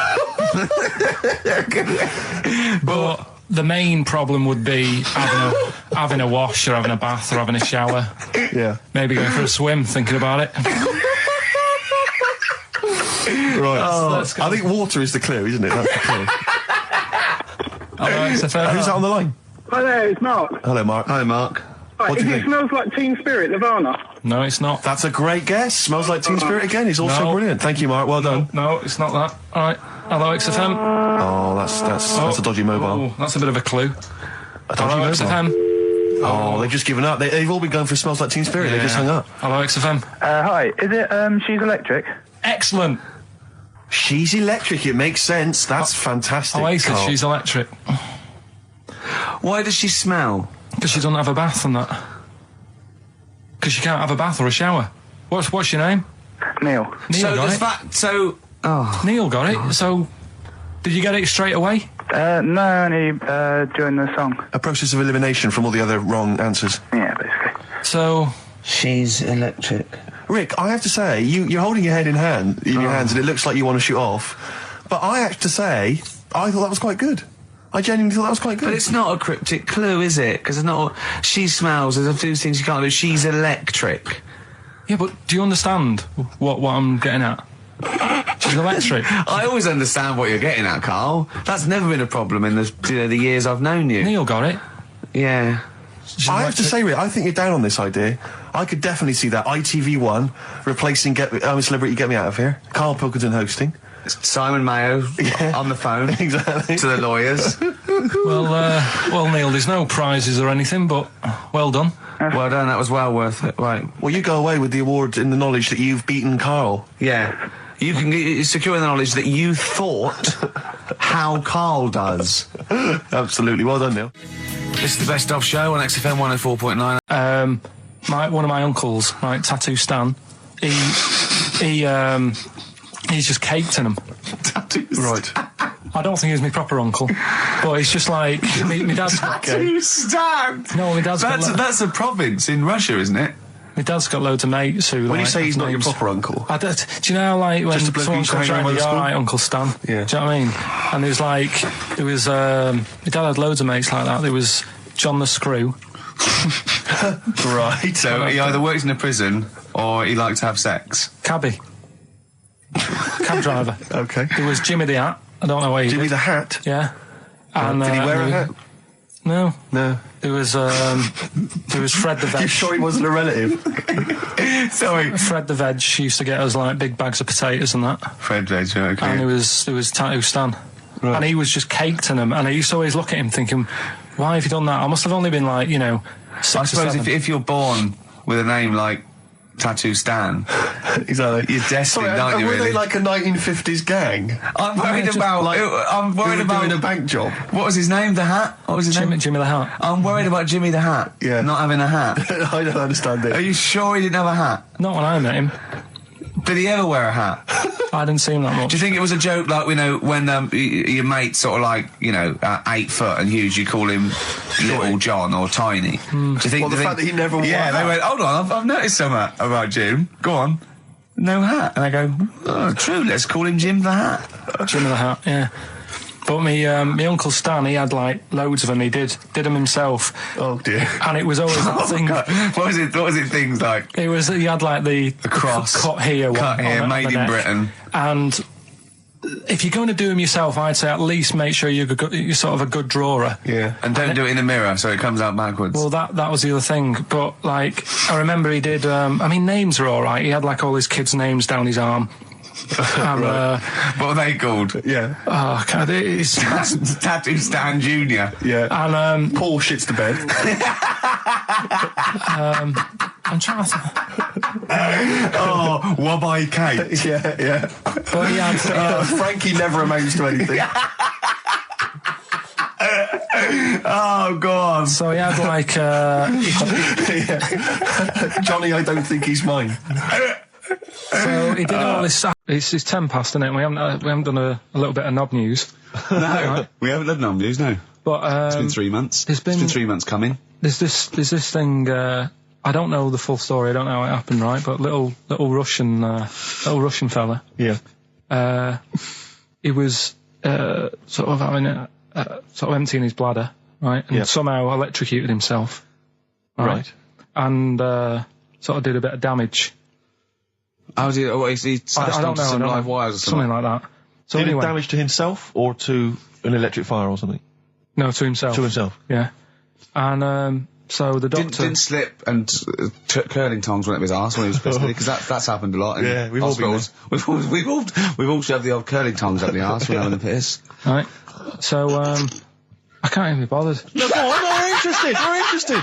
Why, come on, we're interested. Don't You give up. can't be bothered. You get Mondays off. Do some work. Right. So anyway, so the doctor says, "Oh, it's not looking good. We'll have to take that off." What? I was like, A novectomy? Yeah. Really? But the funny thing is, right? Nothing funny about that. They've done. You're doing me head in. You're doing Just me head tell in the today. story. Just doing me head in. Oh, you can chill out on Monday. I've only got 15 minutes, but I'm going to talk to you every Saturday. I'm going to get the money's worth out of this, because you get Mondays off, and I can't bear the fact someone getting away with something like that, because it's terrible. So you're going to stick this out, or you're going to have to work Mondays. So take it on the chin, right? Okay. Just finish the story. Yes. I command you. Just do it. Anyway, so they said, he said, will you be able to sort me a little knob out? A prosthetic No, cock, yeah. Yeah. But they put him out Yeah. for the operation. Yeah. He woke up, Yeah. right, and he's thinking, oh, thank God that's over and done with. Yeah. They've only grown it on his arm. What are you talking about? You twat. Shut the you're an idiot. What do you mean they've grown it on his arm? Apparently, like, that's the way they do it. Oh, yeah, but to then put it on, that wasn't a mistake. It wasn't Dr. going, did it go there? Some bloke I didn't do a degree. Are you a real doctor? Yeah, yeah. But why put it there? Because it's got to grow, It's got a graft there, so they can control it. To skin tissue. But on your arm. Well, But they're On going to your remove it back from or- the arm itself. What do you mean on the back? on your back. Somewhere, well, we can't wear a t-shirt. Yeah, but you could That's have a ridiculous. He's quick... in hospital. But this way you can still have a little tug, can't he? But they'll leave it there for quite a bit. It's not... Do you know what I mean? It's not going to be like, oh, it's just there for a few days. Yeah. It's there for a bit. That's not good, is it? So he's got a cock on his arm. Yeah, what's up with that? What do you mean, what's up with that? Well, I mean, he could say it's a thumb or something, couldn't he? Yeah. But they remove it. Be good And for attach hitching. it down below later. If you had a knob instead of a thumb and you went hitchhiking, just tickle it, and they could see it like a mile down the road, couldn't they? Posting.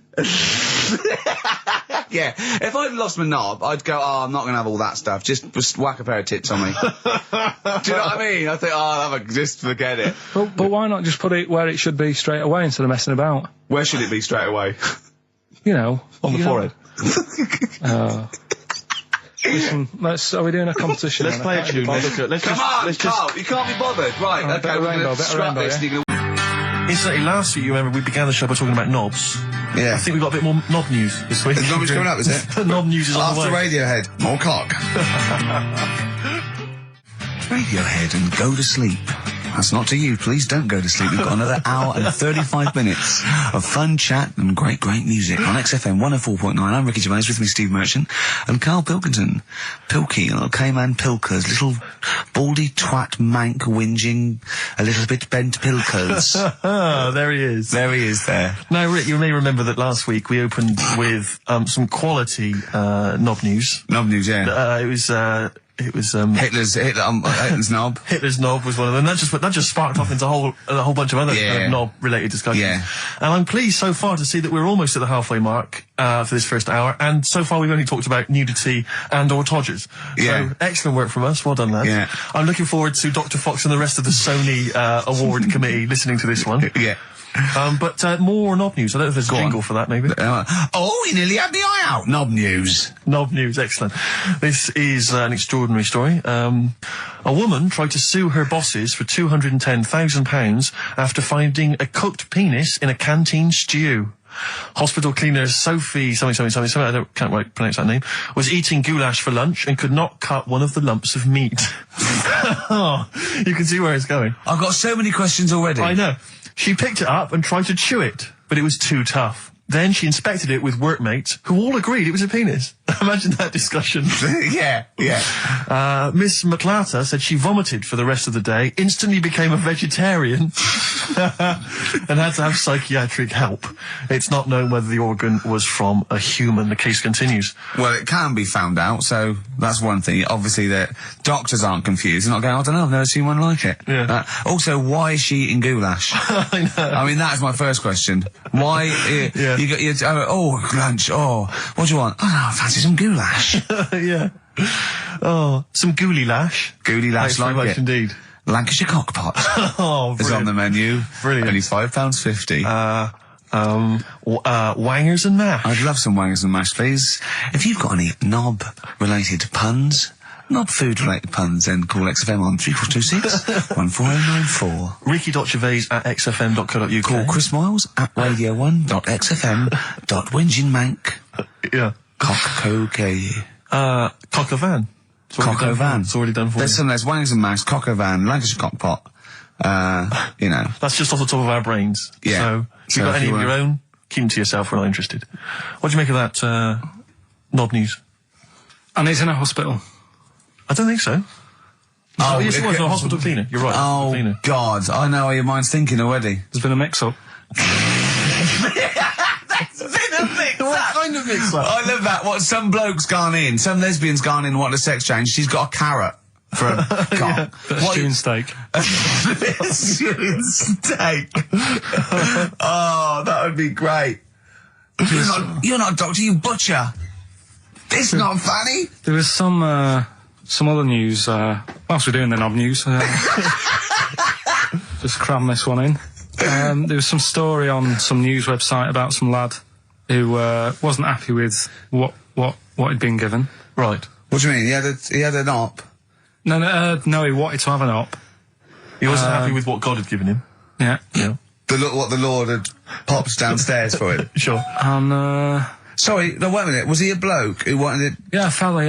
And what he Wasn't happy wanted, with he didn't want a knob, or he wanted a bigger knob? Wanted a bigger one. Right, okay. And, cost £5,000. Right. And they made a mess of it. Well, how did they make a mess of it? Don't know, it came out smaller than they went in with. Well, no, what do you mean? That's I don't know all the ins and outs, Oh, It God. was, it's just Well, like he borrowed the money off There's his been mum. a slight mix-up. He borrowed the money off his mum. I love that. How bad is that? What do you want for your birthday, son? Yeah. Interesting. Thanks, Mum, for asking. A couple of bits of news as well. Hello, Doctor. How did it go? Well, firstly, don't look under the bandages and don't have the goulash for lunch. It was smaller than you went in Mum, with. you got £5,000. Why? Just gonna be fucking up. Tell me what it's for. You can have it if you tell me what it's for. Well, look at that. Oh, you need a bigger one. Yeah, definitely. There's the money. On you go. Nothing can go wrong.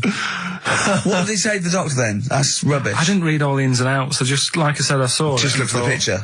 Well, they want a picture. But you just thought, well, thanks for it. You just thought you'd pop that one in. Thanks. Yeah, that's the end. Knob News Extra. Yeah. Play record, Carl. So if you've got any knob news, we've got one more show left. Send that to ricky.gervais@xfm.co.uk and we'll hopefully get that knob news on air next week. Yeah. All right. Some Dizzy Rascal. Oh, Dizzy Rascal, yeah, he's one of the hot new English rappers. Let's play it. Dizzy Rascal, apparently, according to Karl, he hails from Bow, if he's listening. Good work. You have a number 3 hit with that. XFM 104.9, Ricky Gervais reading a magazine, Karl Pilkington, in a good mood today, so everything to play for. Some adverts. Steve reckons, in ancient Greece, right, it was better to shag a bloke than a woman. And I went, well, yeah. I mean, that's about the male being sort of a first-class citizen, much better, wasn't it? An aspiration the to point sleep with was, a beautiful Karl, man than a beautiful woman. Women were lower-class citizens, Yeah. so therefore men were seen as higher class. So to have sexual relations with a man there was no shame in that. No. In fact, it was looked upon And I as a said, good thing. well, you know, ancient Rome. I said, even Nero, he'd sit in his big jacuzzi and he used to get, you know, pretty boy men to just go into the water and just nibble at his testicles while he was having a wash. He didn't do that. He did. No. Yeah. And he's not a gay fella. No, well, no. I mean, you know, I don't know about Nero, but I mean, it wasn't a case of a big delineation between what was heterosexual and what was gay. It was just, you know, whatever you... So what did this fella do then? This one who's having his... Well, having he his was little testicles? pretty much top boy, Nero, for a while. He was in charge. And, you know, and you did what you were told. If, Caesar or... But why were people going round there? Why didn't they go, oh... No, they weren't dropping in. It wasn't like the door was opening. I'm just going to see what Nero's doing. It's not like when I pop in here to see you. Normally what would happen is he'd say, come back to my place, I got a book for you. Yeah. You'd pop in. But He'd come out in his pants. Elton John would be on. You'd have probably been like a delivery boy or a stable boy or something, you know, and you'd have popped round there and you'd have gone, there, right, Nero, there's the tablets of stone you wanted. And they go, Pilkington, why you are here? Pop under, I don't know why he's French. What is that? I don't know why he's French. Just pop under the water and nibble at my testicles and you'd have done it. Because he was Nero. I wouldn't. You would have. There's no way I would have done. Yeah, well, you would What have. have I done? I've dropped a pizza off. Yeah, you why pop am I around to there? Nero's place with the pizza. Right. Right, I'd say I've done my job. Right? Yeah. That's not the sort of tip I wanted. No, he'd have said, get the little baldy chap to nibble at my testicles, and you'd have the water. I wouldn't have done it. No, Well, you I might whacked my head on the have you wall. done it. hadn't done it, right. No, I wouldn't have done Well, it, so. can I just say this, Steve? Not only would you be nibbling his testicles, you'd have been going mad. You'd have been noshing him just for extra. You'd have been doing everything he wanted. You'd have been going, he'd have gone, I didn't ask you to do that. You'd have been going mental. They'd have been chewing, slurping, smacking, poking. You'd have chopped, you'd have gnawed his packet off. You'd think you were eating Walker's crisps. There'd be bubbles, there'd be flying. Oh, it'd be horrible. The Beatles from the soundtrack to The Yellow Submarine, actually, and that's Hey Bulldog. On XFM 104.9, our last show, maybe. Me, Ricky, Steve, and little Karl. All right, Karl? But that book, that wasn't a fake. It wasn't like just a ruse to get you back to show you me and dancing him in pants to Elton John. It's that. What was your girlfriend doing during that, instantly? I think she was just getting on with sort of like packing up sort of boxes because we were moving. So sure. I don't think. Well, she's seen it all before. Yeah. And the book was. Do you remember that book that I showed you? That it was Man's Body, an owner's manual, and it's just like Yes. loads of stats And there's one in there. Yeah, it's kind of like a Guinness Book of Records Of men, yeah, there's one section there. There was, Sorry, hang on, it's not like Guinness Book of Records of men. That just sounds a little bit like you and I were sat around your house looking at a big book, picturing of men. The big man book. The big man book. He is a big man, isn't he? Yeah. He should be on the front cover. Yeah, it was a book more about the kind of physical body and Exactly, about yeah, statistics biology and social and, you know, sex and all that sort of stuff. And, But we didn't which look is, at the sex which is where was, we got the, knob news for today from, right? This is true, right? I read that you'll have someone's eye out, knob news. Then you've got the jingle. Yeah. I read that the smallest ever functioning penis, right, was under 3/4 of an inch when erect. Extraordinary. That is bad luck, isn't it? And Yeah. it's a micro penis, so it's perfectly scaled down. Just a little look at Karl's face. Well, couldn't the fella have said, look, right, I'm not happy about it, so don't print it. It's not the sort of press people want, is it? There wasn't a picture of him. It was anonymous. They didn't read the book and at work next day and go, look at this, Frank. What? Smallest ever penis, half an inch. He didn't go, it's me. He just went, yeah, loser. Yeah. You know what I mean? Anyway, let's have a shower. I'm alright. I'm alright. He must have had to have a little jod with a pair of tweezers. Yeah, presumably. Because you couldn't even get a fist. I mean, No. that is bad luck, isn't it? Was he a good-looking fella? What would you do, right, if he invited you round and said, right, and he was like the king, right, and he went, oh, Karl, can you just go in there and just nibble at it? And you've gone under the water, and you're just about to nibble at it, and you come up and you go, that's tiny. Would you be disappointed or relieved? Right, well, that wouldn't happen. No! Karl, I'm saying if it did, would you be disappointed? Would you go, oh, I can't even I don't know where to start with that? Or would you go, oh, thank God it's not a big one? You've got to remember that he's the emperor. So you've got to do what he says or he'll have you killed. What would you do? Would you go, oh, lovely set of tackle, or, oh, it's not as big as I wanted, or would you secretly think, I'm glad it's not big because I didn't want to, because I'm not that guy? I'm not even gonna think about it, because I wouldn't do it. I know I wouldn't do it, even back then. Even back then? What do you mean? Even Well, when was Nero at it? What? Well, the Roman Empire was sort of like 2000. Well, it stretched up for to years. about, yeah. So, It's a long time ago. Yeah, I wouldn't do it. You'd have to. I always remember, we're still doing Knob News. Yeah. Just Is this Knob some News Extra. Knob News Extra. tell you what I did here last night. Go on. 5 Live. They do like a review of what's gone on in the week. We've been busy in the week. I haven't always got time to follow what's going on. In the world, sure. Someone's made a chicken with teeth. What? For what reason? Don't know, because they can. Just because they can. And like So it chooses food. Yeah. they had a few guests saying, well, you know, where will it all end? So you're sure you weren't watching a Wallace and Gromit video? No, seriously, right? They're doing it. They're chicken with teeth. Why would they spend millions researching? What do you mean that? they've got a chicken with teeth? What do you mean there's a chicken with teeth? Sounds mad, doesn't it? What are you talking about, Karl? That's what they've done. Do you know, like... Why? I don't know. They're just messing with science and that, and that's what the people were saying. Why are you doing that? Do you know what I mean? Where will it start? What's the next thing? They did the sheep. They did the cloning. Right? The rat with an ear on its back. Did that. Can hear a cat coming, can't it? What else were they talking about? They were talking about that sheep again, that cloning one. Yeah. Dolly the sheep. Do you think it's that clever? Well, they do all look the same anyway. What's it got to do with its cleverness? The Being fact that cloned. being cloned, is it, do you think that's a good thing? He doesn't think it's that impressive because they look the same anyway. Right. They could have just put any sheep in there and go, look, they're the same. Yeah. Brilliant. So there was a programme, people were talking What are about you talking about, a chicken with teeth? It was the latest news. It was like all about the war and that, and I was like, yeah. And then it's a chicken with teeth and saying, hang on. Your ears perked up. Yeah, you didn't hear anything about the war, did you? That was like, they might have been speaking French, or just like whistles. And now, story about a chicken with teeth. I know. You stop washing up, Maybe don't you? someone can let us know, you know. Oh, God, don't open the floodgates. No, but I'm just saying I don't know the full thing. They just, Of course you Surprise, don't. surprise. They just touched on it. Yeah. Anyway, other stuff I did do proper research on in the week. Go on. Having testicles done. Having your testicles done. Yeah. What does that mean? Same magazine that was doing the hanky coverage. Letting you know what all that's about. It was like a great magazine. How can we get him as a pundit on these news shows like Newsnight? Do you know what I mean? Sky News. On there, wouldn't he? Just on there, just ask him what they think. Wouldn't that be amazing? Is there a producer out there that would take a chance on Pilkington? It's Pilkington, Raggy Omar, Ian Hislop, and they're a panel of people, and they just ask people. Yeah. Yeah. So you can have your testicles made bigger. Why would you want to do that? Well, that's what I was asking. What's the point? Well, the actual testicles, or do they just inflate your ball bag? Because you could do that, couldn't you? You could have some air injected so it was like a big... so they'd look bigger, but they'd rattle around inside, wouldn't they? Make a little noise, wouldn't it, when you're at... like manacas. Like some kind of instrument. Yeah.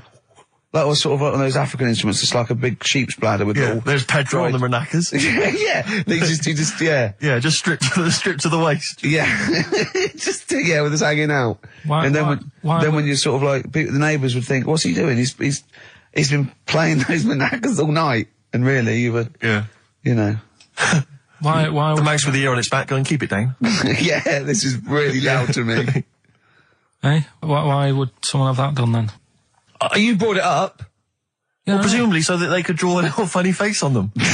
Yeah. Obviously. And you could let them down after the holiday, like you do a Lilo. Exactly. Just let 'em- on holiday you're floating round, you know, like you're just in the sea with your big instrumental manacas, right? Just floating. You're having a whale of a time, like people playing it as they go past. Exactly. All right, Karl.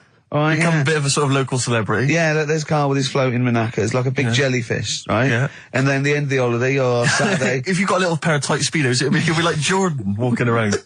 and then you just like Just let them down when you come let back. the knackers down for the plane. Yeah. Because apparently they do get bigger, don't they, as you get older? When you're an old fella. No, I think they get lower. I think that's it, that testicles and breasts get lower. Is that purely gravity? I think so, yeah, probably stretching a bit, innit? So is Wear the and old, tear. Is the old fellas who are walking about saying, oh, sick of these? They don't tread on them. Well, that's You know, why old people have always got to have a little sit down. You know, Yeah, 100 yeah. metres. Yeah. Stick them in the socks. Exactly, yeah. Or they can have I suppose you can have like a little ball lift. You can have a facelift, can't you?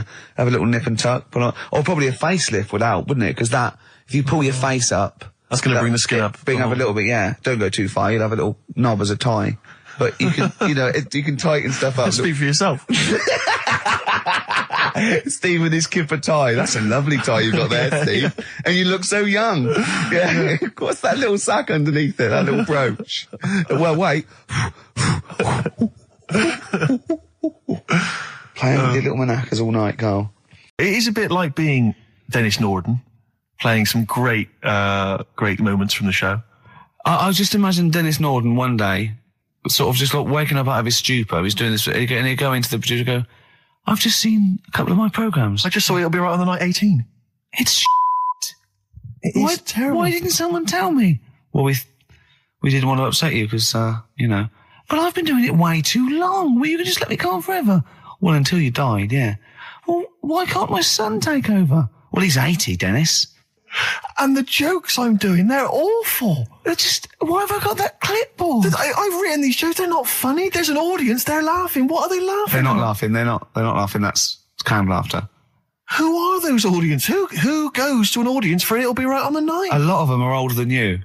It can't be right. Do you know we have 15% fatality in one of your audiences?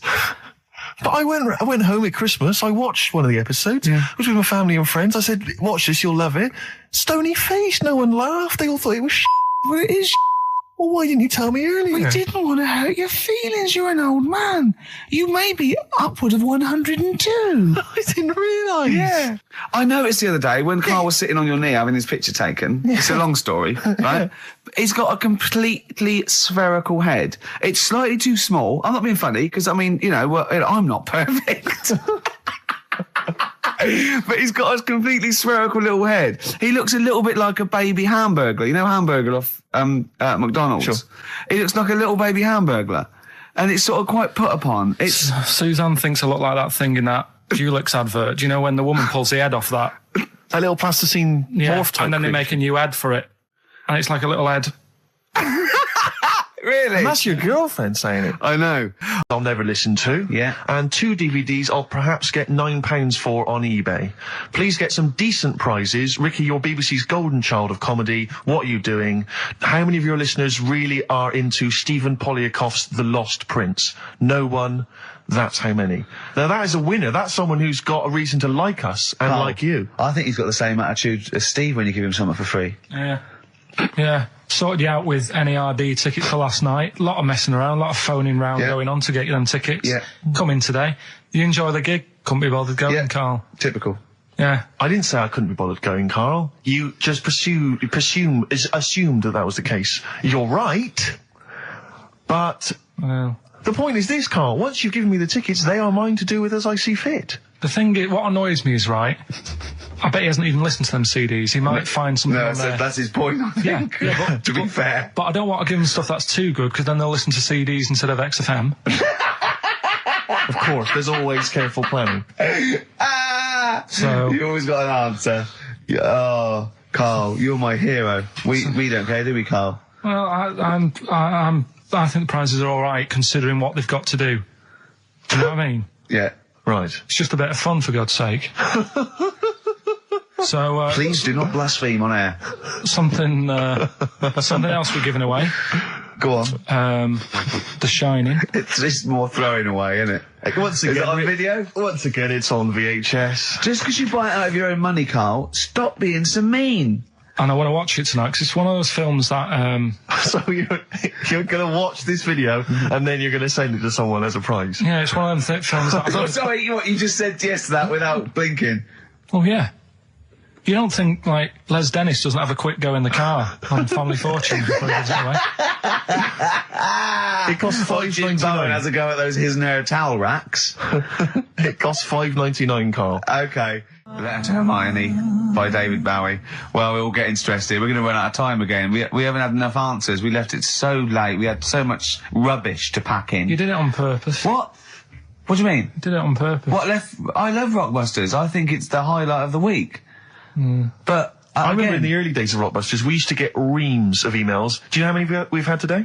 go on. 2. Yeah, because we've just done it in the last link, and people have to think about it and do research. They and have to that. guess because I don't think XFM Family Fortunes is going to be a success. Don't knock XFM Family Fortunes, Carl. It ran on ITV for years. Right, well, Yeah. So has anyone got anything right, Carl? Well, what we'll have to just do as is- well, we haven't got any prizes to give away anyway because he we gave have- them away our next we month. have. Yeah, Have we? we're coming through now. Let's see. Just hang on a minute. Well, this isn't radio. You can't just sit here looking at a computer screen going, hold on. That isn't radio. Right, well, it'll have to be the one who got the closest, right? Joe Jackson. Is she really going out with him on XFM? Right. It's the time that most people, I imagine, have been waiting for. Monkey news. Play the jingle. Okay. Oh, chimpanzee that monkey news. Right. Come on.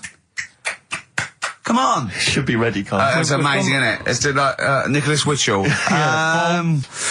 The bomb. No, that's not the first. Come on! No, it's always difficult, isn't it, to sort of find something that's good each week, right? Last week, we did the chimp. It is for us, yeah. We had the chimps who were running a health spa. Yeah. Right. We've covered the one who nicked a car to go on to Spain. Yep. To Wow. sort his future out. All shite. The hairdresser, I think we've done that one, the little monkey hairdresser. This week, we're looking at monkeys, that they're using. Do you know, like monkeys? They know how, like. I've lost the will to live, Steve. Oh, well, I don't want to do it. Well, come on, just come on. What are monkeys good at? What a monkey's good at? Yeah. Well, running small businesses, cutting people's hair, and driving cars. Yeah, they love Spain. Oh, and foiling bank robberies. Yeah, they're great. Well, something else they're good at, right, is like weighing up the situation.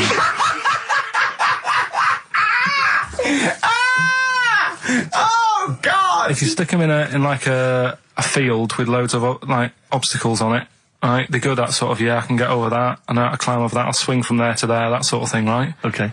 So the people in charge of somewhere, I've thought, Somewhere. I thought we can use that skill, right? And what they've done is they've got a load of little monkeys, right? They've given them an IQ test, Yeah. And the ones that score above 80, right? Get to produce this show next week. Join the army. Right. How do they join the army and what do they do? They just, what they do is they set little obstacle courses up for them. They do that. They do a cross-country run. They do the IQ cross-country test. run? Yeah. Okay. And then once they've done all that, they make them a little uniform, made to measure little uniform. Slightly longer arms, shorter legs than usual, yeah. Yeah. And basically then they taught how to use a gun and that sort of thing. Yeah, of course they are. You're talking rubbish again. This came through literally, pretty late on, so... So you've not had a chance to corroborate all the facts, as usual? Just have a look. Right. It's the bit I'm looking for is, well, A, why are they doing it? Why are they doing it? Yeah. Why do we need monkeys in the army? And secondly, why are we giving them guns? I'll just check to see if any of that... I love that we only let gays in recently. Yeah. Talk amongst yourselves. Yeah. Just have a look. I can't read it. There's too much pressure. Well, it's rubbish. But it's have a- rubbish. They don't get it's the way that there are things there are animal cores, right? There are horses, there are dolphins, sea lions, there are lots and lots of animals in the army, but they don't have to pass an obstacle test as such, and they're not taught to fire guns. We'll You see. straight away assume that there's going to be loads of squads of men and then just one little monkey in the middle. Like, he came second on the test. He's in, boys. What do you think, Steve? You've read it? Well, as ever, Carl, this is an arbitrary email sent by one of our listeners. You know what Ricky and I think of them. and so we're not really basing this on hard evidence. We're basing it on the ramblings of one of our listeners. Rubbish. Once again, lazy, rubbish, uncorroborated, nonsense. The stupid test that you got wrong. Rick, that sounds like monkey news to me. I wanted to play those adverts for you on XFM 104.9. Well, that's about it. We've had some tears and laughter. I mean, the only real thing that we learned from today's show that's corroborated and is absolutely true is that, remember, Mancunians take off more sick days than any other area, 11 days per year, compared to sort of like 8 Liverpool. And from that we extrapolate, do not trust Mancunians. Well, I'm not saying that. I think that's a bit harsh. I'm saying, make sure you get in writing that they're not going to have more than sort of like the average number of days off per year. Yeah. Or if they start taking loads off, fire them. Yeah, do you know what I mean? All right, Karl, we've had a good day? We're going to end with a beautiful song, aren't we? Just to show we're all still friends. To Jimmy Webb and his version of Galveston. See ya Next week, I guess. Bye.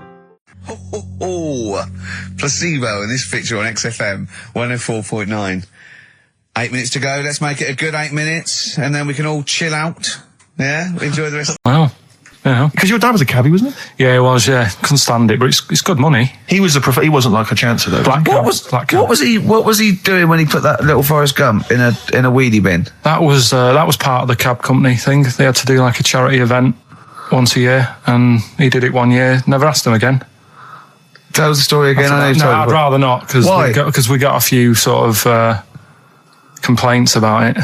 Why? Why do you get complaints about it? Because he put a kid in a bin, and it's not the thing to do.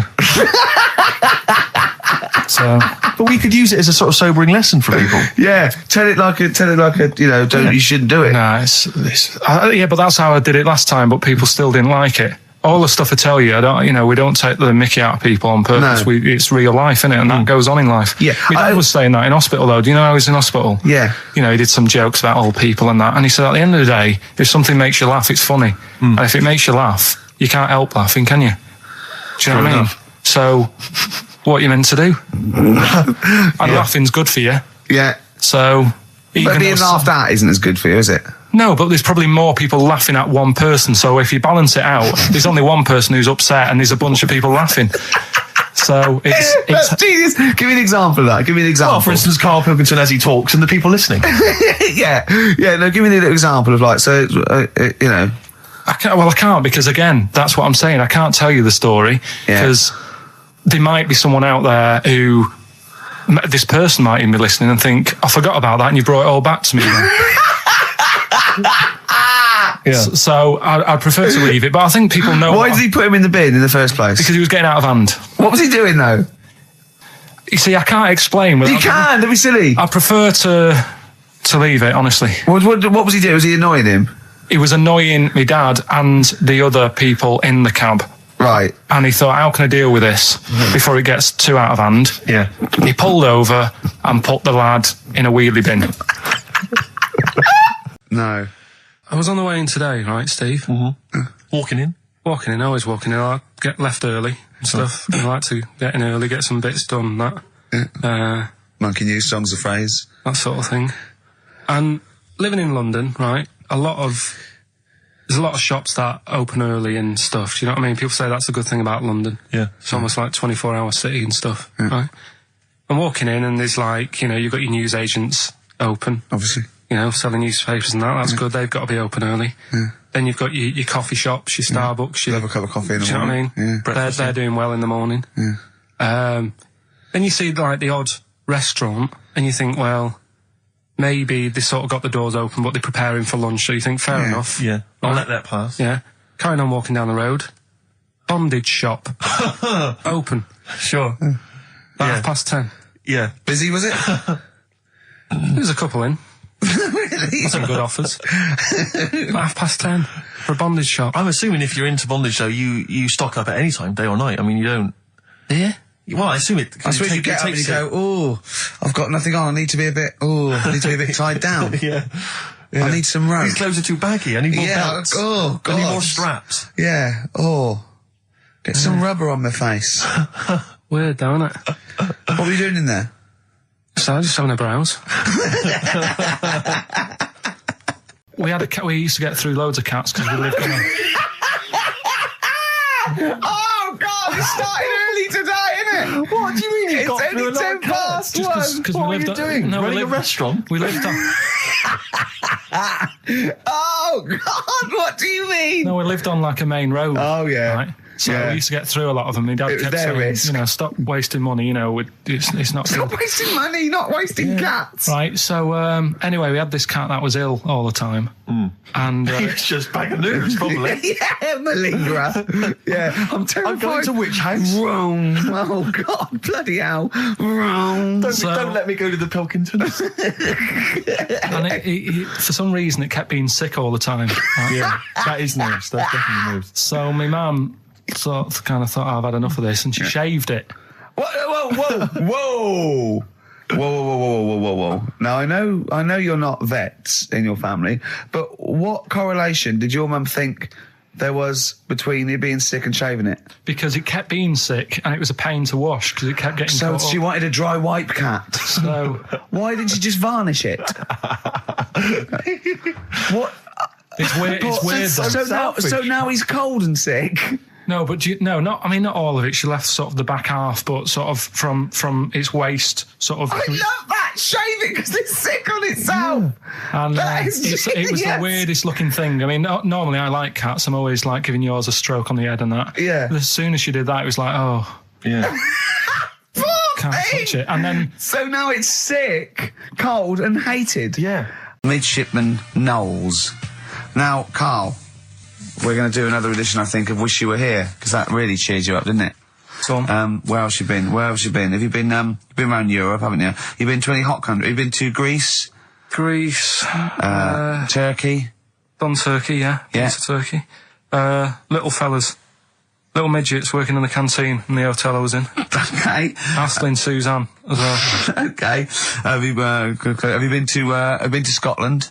Once for the Edinburgh Festival. Go on. That's where I looked out in my hotel room, saw a traffic warden putting a ticket on some bin bags Brilliant. because they'd gone into the road. So that's Turkey, Scotland. What about places here? Have you been to the West Country where we? Have you been to my neck of the woods, Bristol? I haven't been around. What else is around there? Bath? Been to Bath. Yeah. Yeah, what do you make of it? Once you've been, probably don't need to go again because it's sort of old and they don't change anything. Okay. Do you know what I mean? That'll be So once the you've Roman been- spa Yeah, he's yeah. talking about, Right. I think. What about Brighton? Not gay people. Right, okay, thank you. Next week on Wish You Were Here, we'll go to some other places where there are gay people. Fascinating. And Brilliant. Another extraordinary insight there. Karl. But the Trisha programme got nothing. Okay. Which, I know, was that? like, well, Steve called me up in the week, right? Like 10 o'clock in the morning, I was at work, and he goes, you What do you think so Trisha? at 10 o'clock? So you got- Preparing this show. Most people go to work about 8, 9. Are you watching Trisha and that? I said, no, what is it? He goes, oh, you'll be loving it, right? Freaks. Was it, Help Me, My Mum's a Freak? Siamese twins. Right, so I couldn't watch it, but he said, oh, it might be on again because they repeat stuff on ITV2. Right. So I had my dinner late, right? Instead of having it at like 1 o'clock like I normally do, Yeah. I had it at like 2:30. Yeah. Sat in the office, put the telly on, ITV2. These Siamese twins. Did it blow your mind? It was amazing. You know, we talk about a lot of things on the show quite a lot. The Airy kids crop up a lot. I was waiting. It's been 10 minutes and you haven't mentioned the hairy kid. Right, and last week we were talking about Siamese twins, weren't Yeah. we? So it was weird that this programme was on, but it was amazing. I mean, what I did think you can't refer to them as Siamese twins. I think they're known as conjoined twins. Why? I think Siamese is maybe considered derogatory or as an old antiquated phrase. Yeah, I think it's because the first famous ones were actually from Siam. Right, but anyway. And that doesn't exist anymore. No, But it's so- conjoined, Karl. Yeah. Get the phrase right. But you'd think that if that's happened to you, that wouldn't be that sort of offensive. The names that you must get called, Right. You think that's the least of your Siamese worries? twins, I'd say, well, that's, yeah. Now, least were of you your worries. stunned by where they were Just connected? live with it, we'd say. Right. Because they were connected, of course, at the forehead, Oh. sort of, which was quite extraordinary. Well, there was one set of Siamese twins. One had a job and the other one didn't.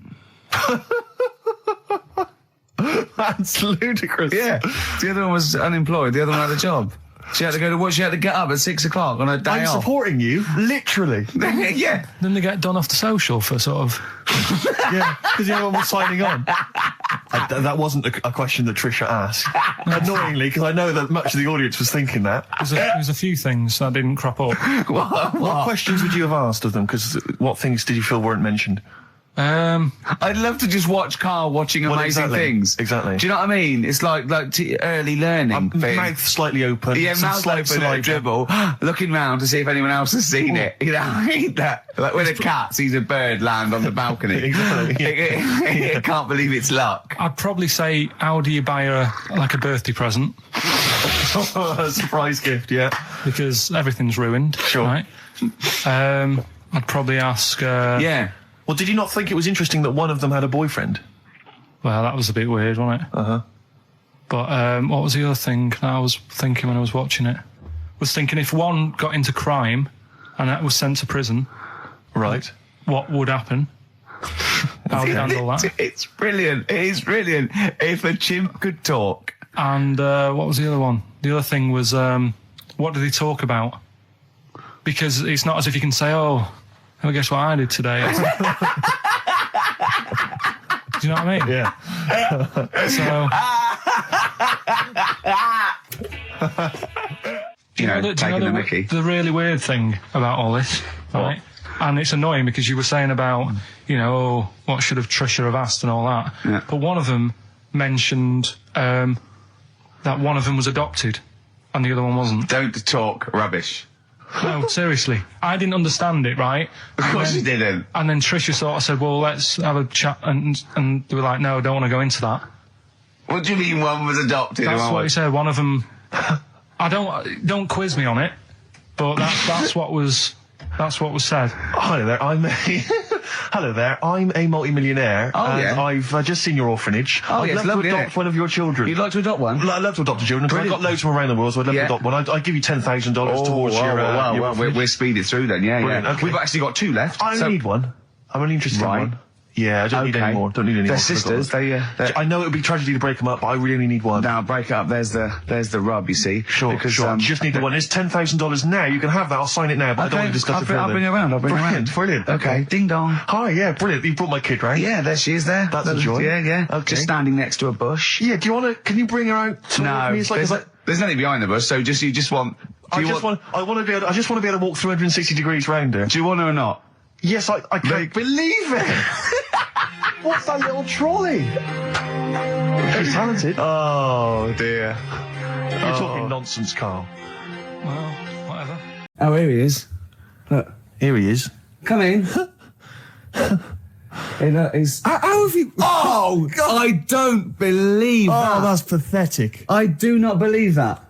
That's absolutely pathetic. Now, they won't believe this, will they? No. Right, No. if I say that Jonathan Ross just got his massive member out, and he is a big lad, come and sit down. I've got your tickets, Mr. Gervais. Thank you. What's going on here then? I mean, why are you dropping off tickets? Well, because, you know, in the spirit of the Comedy Awards, we like to have the rising young stars of the British Comedy That's Awards. right, and that's me. Well, we couldn't find any this year, so we've asked Ricky whether he would sit in the rising young star seat, and I wanted to deliver the tickets personally, so there's no excuses if he doesn't turn up later. Yeah. I always suspected that you were sort of pretty well endowed. Yeah. And now we've seen. You know, it's on webcam. That was just one of my cocks. That's the one you're wearing today. Didn't we? Did We you? got Yeah, in don't trouble say that. saying No, we were in This is meant to be the happening young station. What's going on? No, you can't say stuff like that. You can't. Just careful what you say. Look after Julian Clary. what- Take can I- his wilderness and he comes back in the person line. 10 years And of that the can happen wilderness. to you. That's Jesus you're thinking of, isn't it? Just because you're on everything at the moment. I walked in here and I came in here and I thought this is the young happening place, and what do I see in here? 3 old men sitting What are in you talking about? I'm only 28, 27. You all Yeah, look, you're wrecked. You all look wrecked. You're Well, that's because we're always partying. I was looking for some youngsters. Where's the youngsters? I wanted to see some tight leather pants. I wanted to see some Look how- foxy chicks hanging on you every word. What is it? It's a bunch of old blokes and a bloke up there washing up in a sink. But look at him. He even dresses for radio. Look This at is him. ludicrous. It's amazing. Looks like you're I love the one fact step you away. were on the phone to Gervais last night, weren't you? Asking his advice Yeah. on clothes. Look at him. He's going for the man down the DSS. I like that look. That's a nice look. Isn't it? Thank Have you you. got a single pair of trousers that aren't elasticated at the waist? They're maternity jeans. I know they've got a whole panel that puts this The thing forward. is, what I do at the end of the week, I can pop these in the pan and I can make a nice soup with all the food that's encrusted in As them. his years as a homeless come to the fore there. Look at you, But one why- step away from Lawrence Llewellyn Bowen. I'd like to be that bit closer. But why are you dropping off tickets? Are you a little bit... Because I thought you were married and stuff. Why do you suddenly got this obsession with Gervais? Because I'm a bit rough, ain't I? yeah, it's like when you see Dale Winton out with those rough boys. I'd like to get one of my own. When a top celebrity in a lovely looking suit walks down the corridor with his penis out, Yes. Yeah. I know that I'm still an You attractive know man. you've arrived. I was inaugurated in the same way. For me, it was Des O'Connor. It's like it's the passing on of the baton, if I may use that euphemism. and you've been battened. But it's fantastic. Well, it's it is a pleasure. I don't think I'm complacent just because I'm mixed with you. I still wake up and think, I don't believe it. I'm mates with Jono. Can I just point out? Jono. I was listening to the show last week, and I heard you, as always, revealing a little too much about yourself, if you don't mind me saying so. Yeah. Steve tried. Not as much as you. No, but that was just for the benefit of the room. Yeah. And talking about when you used to occasionally urinate in the sink. Yeah. When you were around my house last time, and I came in, and you looked a bit shifty.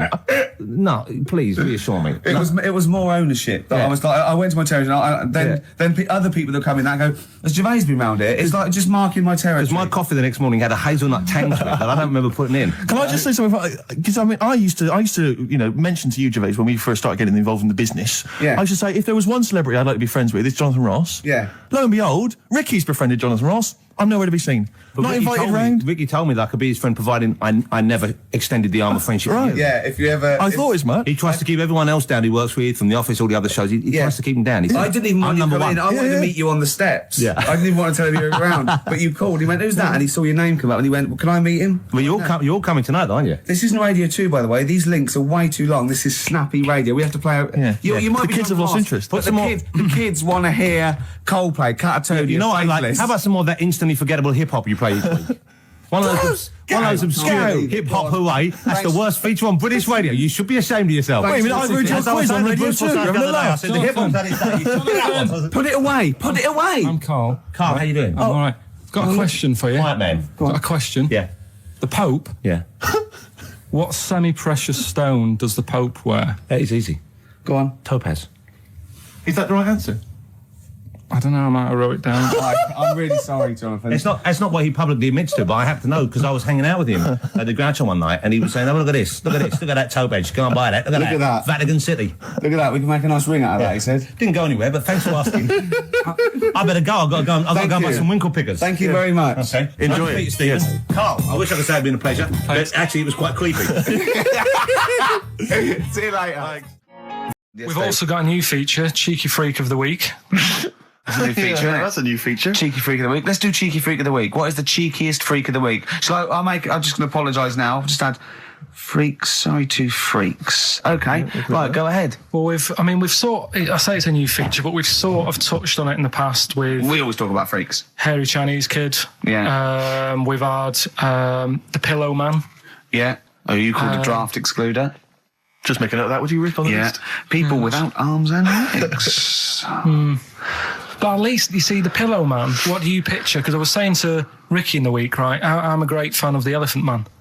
That's his. Do you know that's his favourite freak? Of all Elephant the Man. freaks, that's Do it. you know why he said? Do you know why he said? He said because you get what you pay for. When someone says the Elephant Man, you get what it says on the tin. Right. You know you're going to get it. Do you imagine, Steve, if you had a mate and you said, where are you going? He said, I'm going to go see my mate. And you go, which mate? And he said, the Elephant Man. Yeah. Straight away, you haven't even met him, but you know what he's going to look like. Yes. Right? That's what I like about that. Hairy Chinese Kid.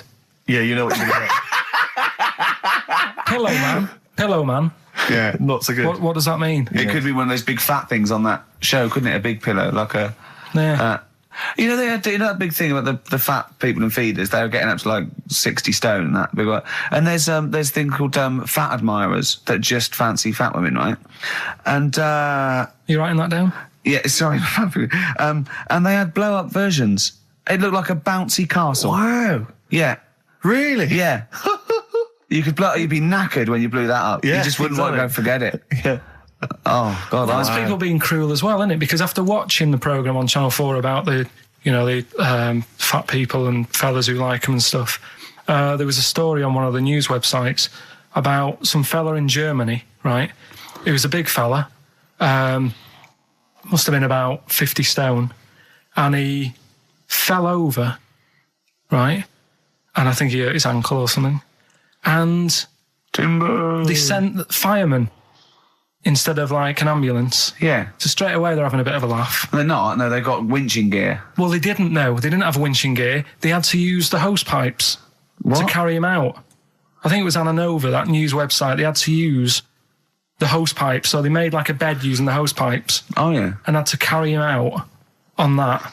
And then they had to sort of get him into a special truck, they said. Mm-hmm. And do the same when they got to the hospital. I mean, that's That's mad, isn't it? they shouldn't do that. Although, Carl, I'm loving that story. I'm just worried that we're not going to be able to fit in Cheeky Freak of the Week. What's the which cheeky is one freak you've of the week? nominated? All right, cheeky freak of the week. Something I found on the net. Yeah. Fella who had 27 toes and fingers. In a jar.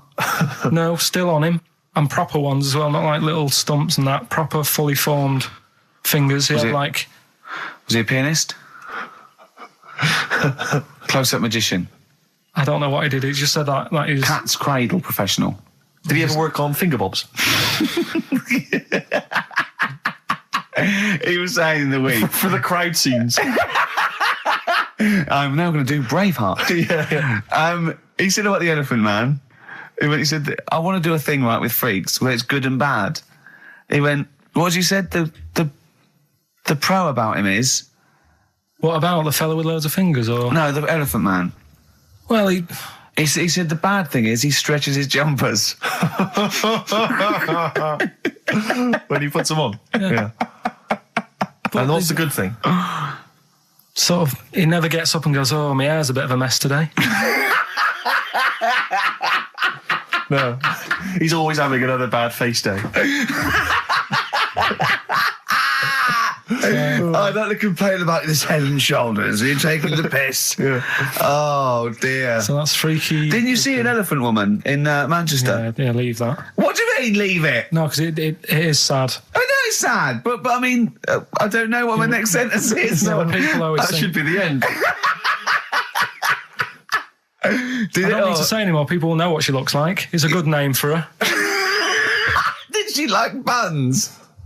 Oh dear. It was when my dad was a taxi driver and he used to sit in the front. Yeah. And she used to get a lot of taxis. Yeah. And he only charged you half price, didn't he? He was a good guy. well, the bad thing is as well with people like that, you don't want to offend them because they never forget.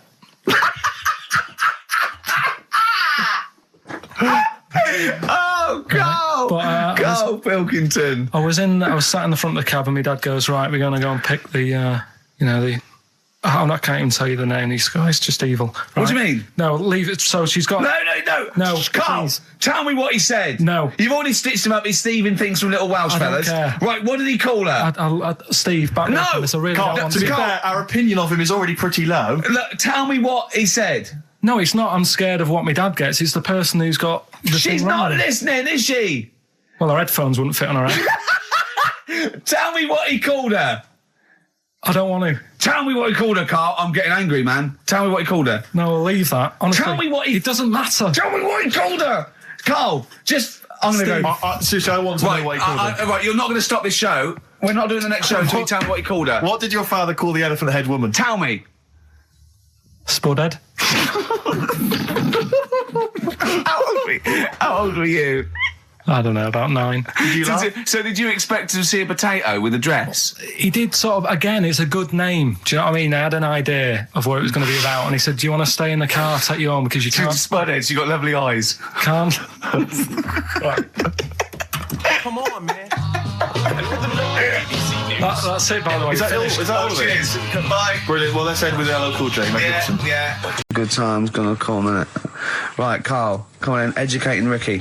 So, don't let the cat out of the bag, that's where that comes from. Comes from a crafty butcher. Right, go on then. So the next little headline is Wash Up With You. What's up with you? Go on. You want to know about that? Yes. It's a survey that they did this week. They.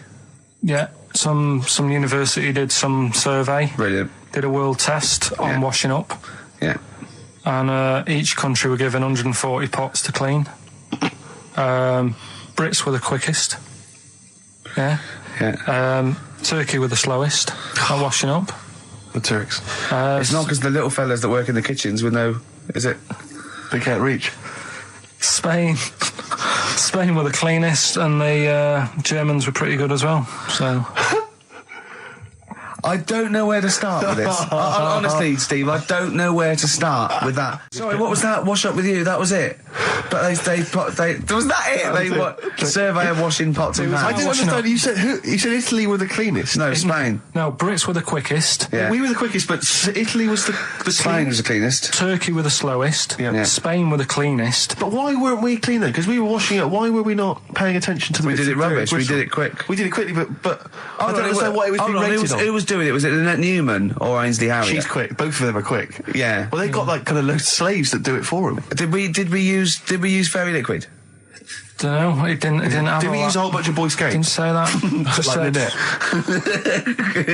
it just said, that. Who had the softest hands? volunteered for that? Who had the softest hands? So it didn't say. I didn't. Why is it we don't get notified that this is taking place? I don't know. When I was a kid, no one ever said, we need recruits because we're doing a survey on who can wash up the quickest. Are you disappointed in yourself with that one, Carl? It is pretty dull, to be fair, and that is why we've got to bring in either con merchant or a wine merchant. Or shut up at your face. Yeah. Excellent, good old Pete. Hey, Nice to have him back. Good to see you. Got some here. Brought in. It's just a normal soup. It's Rooster's Pride. What flavour soup's that, Steve? Oh, I know you brought that. And it's all it's a genuine article, and it's cock soup. Can I have a close look at that? Maybe there's some more humour I can draw. What, you want a closer look at my cock soup? Just a cock soup. Let me just. It says here delicious, appetising. Oh, 3 is to it? 4 servings. You know what I'm thinking of when you're talking about the I'm trying to soup? think of innuendo. I'm just thinking of a man's cock. Penises, yeah. Let me just. It's the darkness. Use Rooster's Pride cock soup as a snack with crackers or toast. Still thinking of a normal knob. An appetiser again, or a soup base. That doesn't really work as an innuendo. No, whisper. That's disappointing. We'll work on that though. The darkness growing on me on XFM 104.9. Going well, isn't it? I've enjoyed it so far. It's been a bit naughty and everything. A bit smart. Nothing wrong with that. No. Carl, having a good day? Not bad. Yeah. What mood are you in this week? What we mood always is that? trying to assess each week. It's a bit edgy. He's got a red head. What's all that? You've got a red head all around the side and the front. What's that? Sunburn? No, I think I'm allergic to having my head rubbed. Right. Right. Now, who would rub your head? That sounds a bizarre thing. Your girlfriend? Weird, isn't it? Yeah. Who's rubbing your head? Well, yeah, but I was squeezing his head, fair enough, and he was screaming in agony. And then he went and made me a cup of coffee. And as he came over, just spilled boiling hot coffee on my legs. I'm all wearing shorts. And he went, sorry, just like that. It's like a series of Jackass out there this morning. I mean, my legs are burnt. Your head's a little bit red. But apart from that, having a good day? Not bad. I was on the way in today, right, Steve? Walking in. Always walking in. I get left early and stuff. I like to get in early, get some bits done, that. Monkey news, songs of phrase. That sort of thing. And living in London, right, there's a lot of shops that open early and stuff. Do you know what I mean? People say that's a good thing about London. Yeah. It's almost like 24-hour city and stuff, right? I'm walking in and there's like, you've got your newsagents open. Obviously. Selling newspapers and that. That's good. They've got to be open early. Then you've got your coffee shops, your Starbucks. Have a cup of coffee in the do you know morning. what I mean? They're doing well in the morning. Then you see like the odd restaurant and you think, well, maybe they sort of got the doors open, but they're preparing for lunch. So you think, fair enough. Yeah, I'll let that pass. Yeah. Carrying on walking down the road. Bondage shop. Open. Sure. About 10:30. Yeah. Busy, was it? There's a couple in. Really? Some good offers. About 10:30 for a bondage shop. I'm assuming if you're into bondage, though, you stock up at any time, day or night. I mean, you don't. Yeah. Well, I assume it. I suppose you get up and you go, oh, I've got nothing on. I need to be a bit tied down. Yeah. I need some rope. These clothes are too baggy. I need more belts. Oh, God. I need more straps. Yeah. Oh. Get some rubber on my face. Weird, though, isn't it? What were you doing in there? So just having a browse. But, so a bit worried really, because the things that I've noticed this week like that's probably a little bit small. You've brought your soup in. I just found it out there. Sorry, yeah. It is Rooster's Pride, cock soup, noodle soup mix, chicken flavour. But I mean, do they not know that is obviously just going to be used on the Graham Norton show and Chris Tarrant when he's doing his show abroad? Yeah. I mean, do you know what I mean? How could they call it cock soup in this day and age? Don't keep saying it. Well, no, it's fine, because you can say cock as long as it means the male, we've done this. Oh, do you mean the chicken? Yeah, look, it's a picture of a chicken. Yeah, sorry. What did you think it meant? No, I don't know. I don't know. It's in my head. Okay. Sorry. Yeah. But, there's something else that's a bit sort of... A bit blue? A little bit blue, but then it's real as well. Do you know what I mean? Well, it's a that problem. excuses it. That was great. That was very, very funny indeed. What a wonderful clip that was. I enjoyed it. Do you remember that? Yeah. Wow. It was a few weeks ago, wasn't it, really? I mean, I think it was last week. we'd have to have very, very bad memories not to remember that hilarious clip. I'd like to hear that again maybe in a couple of weeks' time when I'm away. Yes, absolutely. It's embarrassing, isn't it? And we, but the good thing is, on telly, I feel a bit guilty about putting out shoddy rubbish because I'm getting paid an awful lot. Yes. But here, I don't give a They can bleep that. They will do. Well, I didn't really want to make it a Christmassy type show because I don't really like it. Oh, he's done it again. What you did Christmas once, didn't like it. No, my dad always said... Oh, it's steady on. Dad said Christmas morning was for for me. So he used to stay in bed. So he never... That's brilliant. That's a great thing to say, isn't it? Yeah. Christmas morning's for you. Run wild. Do what you want. Just don't bother me. I'm going to Honolulu for 2 weeks. That's great. Dad, it's Christmas. Do I have to do anything? No. So my mum used to get up because she used to like to see my face light up, when I open my presents. And then... to keep the fireworks. And then I'd have to go to my bedroom from about 6 o'clock onwards because my mum and dad were into having big Christmas parties and I wasn't old enough to go. Right. So they'd say, right, you've had your fun there, you go up to your bedroom, stay in there. Really? Yeah, I remember one year, right, I got a train set, that's what I wanted. Yeah. Right? It's brilliant. Playing with it all day. I thought, I don't mind about the party, I'm happy staying up here playing with this. Brother comes in, he's had a few, right? He's going, give us a go on your train. How old is he? He's a bit older than me, so he might have been let's see. Well, let him be 18. Probably about 18, 19, And how old something were like you? that. I had a train set, so I don't know, about 14. something like that. Yeah. Right, so I'm playing on that, loving it and stuff. And then he comes in and goes, give us a go. He turns the transformer up to 14. He went really fast for about 5 seconds, broke it, and then he went back downstairs. Wow. So Christmas, I hadn't even got to Sounds Christmas like Day. the Conservative government with British Rail. Satire, that is. Rick, I just thought that there's satire. If there's any satirical shows listening or it doesn't work in any way because there's the analogy falls down No. apart from there being a train. Think it through, though. British Railways trains. Yeah. And the government broke the trains in many. Well, they didn't break them, like, not officially breaking them, but they kind of. It does work. It's perfect. Oh, I'm very pleased with that. And I can't. And no one's asked him to be on. Have I got news for you? It's weird, isn't it? Because It's strange that when Yeah. you've got a satirical mind that's as quick as that. Yeah. All And right. he's broke your little train set. So what did you do? I just like watched telly and had some sausages. I bet you were happy with that, though, weren't you? Oh, it's a bit annoying though, isn't it, when your main present of the year has been broke. And did then, it ever get it fixed? No, that was it. That was it. Put away. I'm intrigued why your parents wouldn't let you come and join in the festive fun. Was it like really debauched down there? Was it like eggnog everywhere? And... Well, no, but I mean, that's fair enough. 6 is a little bit early, but I just think, you know, if you're a kid, you know, he had his fun, put him to bed at 8 maybe. And Do he you think won't. so on Christmas Day? I thought that was a day for family. Well, not if there's a party going on. And Well, then don't have the party on the Christmas Day. is Well, my point. that's another option. Yeah. Your parents are weird, aren't they? A strange breed. Well, I think that was the year, right? You're talking about buying presents and stuff. I think I did treat my mum to. I didn't buy my dad anything. I think that was like when I got a bit older, I used to get my dad something because he wasn't that bothered anyway. No. So got my mum. There was a cheap shop, right? Of course. Thank God for that. Called Snips. Right? So I went in there and I thought, let's see what I can get her. And remember Victoria Plum? I don't think so. Well, it's like a fairy character. Right. Right. And my mum's into gnomes and stuff. Right. So I thought, right. She must be pleased with you, then. Victoria Plum. I was thinking, is that one of the neighbours?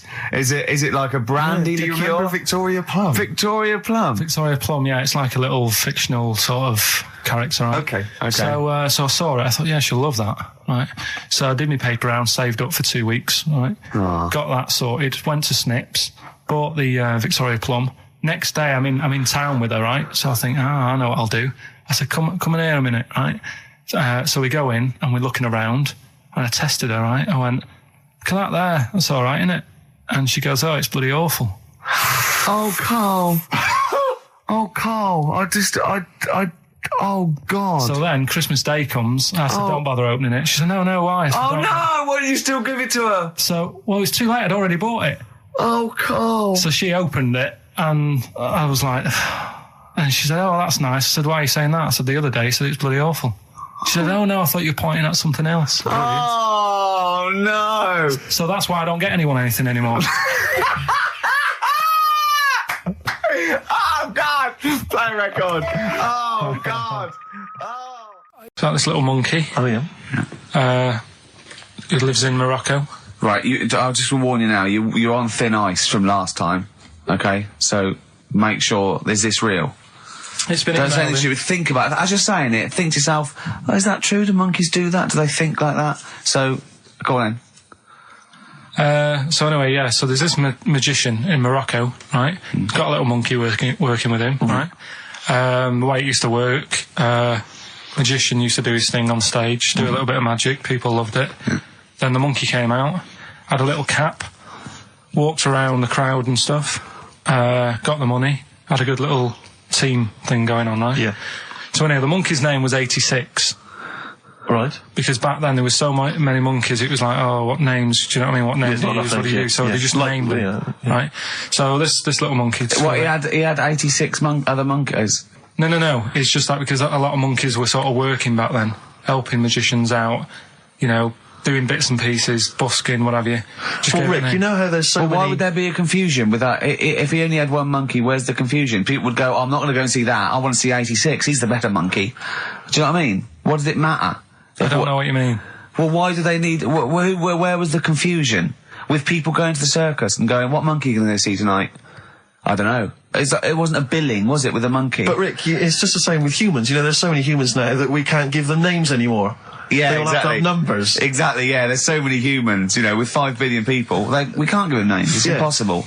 But, you know, with a few monkeys Anyway, number working... 122, go on. So anyway, there he is. 86. 86.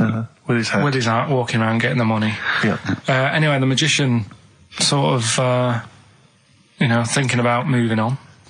Because in Morocco, he'd sort of done all the tourist traps. Sure. So he had a word with the monkey, said, how about we... See? No, let him continue. Think. Let him continue. He didn't have a word with the monkey. Let him continue. So what do you think about going over to Spain? Yes. Sure. So, the monkey was in agreement? So he said, "Go on then." Right. So they get in the car, and like the magician knew he'd have a bit of a problem on his hands because you're not meant to take monkeys out of the country. Yeah. Right. So he thought, right, what I'll do, I'll get a car. Right. Right. Stick the monkey in a boot. Right. Get on the boat and hopefully sort of, stick it in some luggage and what have you. Yeah. We'll be over there, we'll be earning big money, everything's going to be great. So the monkey was like, brilliant. So they get in the car, they're on the way to the boat, and pull over at a petrol station. And just before filling it up, he opens up the boot and he goes, "You all right in there?" And it's like, yeah, it's sound. So he leaves the boot open so it can breathe and get a bit of fresh air whilst it's filling up. Goes in to pay the money. Yeah. Pays the money, goes, "I'm just paying for the..." Right, this monkey is not going to drive away in that car, or we're never doing this feature again. Carl, what happens? What's number 86 up to? So, 86. So, That's the ending, isn't it? That's the story. Come on, let Carl Right, finish it the better story. not be. It better not be. Brilliant. You're going to love it. Right, so he's in the petrol station, and he's going, "Right, I'll pay for pump 4. And the fella says, "What are you talking about? Pump 4, isn't that a monkey? No. Sometimes I use numbers for monkeys, sometimes I use... No, I mean pump 4. Sure. So Yeah, he says, "What are you talking about? There's no car at pump 4. right. Keep going. Sticks his head out of the door. Yeah. The monkey's giving it some. Went over to Spain on its own.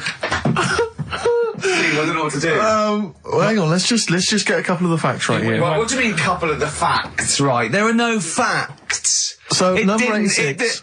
Number 86 is a He drove to Spain. You are honestly, Carl. You must know. It was an automatic. Right, Carl. how you must know that is shit. There is no way a monkey. No. That's the thing with He this gets feature, though. stopped at customs. Mental. How did he get through customs, Carl? Has he got a passport? No, he was sneaking about because he didn't have a passport. So he parked and then snuck through. There's a bloke lying on the floor, right? He's cut his head, blood's coming out of his head, and all his mates come running up, and they're all stood round him. Yeah. And they don't take their hats off as a mark of respect. That is outrageous. Why didn't they take their hats off? Oh, I'm laughing, but it's probably as good as the real absolutely. ones. A bloke's fallen with his. Yeah, He's lying on the floor. yeah, He's dead. yeah. His mates come running up. And like, Wasn't it was it important that his head was cut? I don't know. I mean, Would it have been okay if he'd been wearing a hat? He wouldn't have been dead if he was wearing a hat. What's your answer? No, you're meant to answer questions. You don't just go, "What's your answer?" You say, "Where's the turn?" So you go, "No," and I have to guess. It's obviously like sort of motorcycle stunt team or a parachute. Why didn't they take their hats off? Because they're probably still on the motorbikes or something. Or Well, yeah, but if you mark a respect to someone, you could take your helmet off. I'm getting angry. What? They're parachutists. Why couldn't they take their helmets off? Because they're still they're coming down from they're the sky. still- But he's on the floor dead. Well, Yeah, but they can look down and see him on the floor. are they on the floor, Carl? They're on the floor as They're well. walking, are they? Yeah, well, they sort of stood there looking at him. They're stood there. Yeah. They're stood on the floor looking They're at him. soldiers. Why? But why? If they're Because it might be in a battle zone. They be in a might have their battle zone. helmets on, and he's been shot in the head. No. Well, that does work. You see, this is my point. That one works. That one works. Unless you've given us a piece of information where that doesn't work. What's the difference? Why is yours different to he's been shot in the head in the trenches and they're looking at him and they keep their helmets on? I just don't think it matters as much. If they're in the trench, they're already guarded a little bit, so they could take their hats off. It's the best mate, for God's sake. Okay, he's dwelling on this. Are they normal hats? What kind of I'm hats going are to give you the they? answer. No, don't get ratty. What kind of hats are they? Baseball What hats? kind If I told you what sort of hats they are, you'd have the answer. Wow. Okay, I've got to guess what sort of a hat it is then, have I? Right. Is it a trilby? No. Is it a bowler? I know what it is. What? They're spacemen. No. Oh, that's a good That one. one though. works as well. Yeah. This is my point. I like that one a lot. It works. He's fallen on the moon, and not that the moon happened. It was set Yeah, up, it was wasn't it, all in the fake, studio? yeah. We know that, yeah. Okay, Carl, what's your answer? Builders on a building site. Why is that different to soldiers? Because bricks don't fall in wars. But bullets fly. Right. Let's play a record and we'll come back to it, Carl, while you think about what you've done. Oh, yeah. You've embarrassed Let's play some yourself. classic Suede. Yeah, and this is for David and Kieran, I think, who wanted a bit of Butler. This is a bit easier, but I still think it's a good one. So this is, we should explain what this is if you just tuned in. It's one of those stupid lateral thinking problems. That Karl himself has created. Yeah, that was his homework. Right, you this one. It's a fella. He has a normal day doing stuff. Nothing wrong with him, right? And It's the twist in the tale. It's just like Tales of the Unexpected. Just a normal day, nothing wrong with him. Hold on, though, he's got the legs of a fish. Go on. So, That's why he's been hiding his legs. so Go on. he does his The normal, legs of a fish. Sorry, Carl, carry on. He has his working day and that, Yeah. and then he gets a bit tired. Goes to bed. He puts the light on, leaves it on, goes to bed. Oh, That's crazy. that's mental. I can't think what's happened. Anyway, here's Radiohead. Right, okay.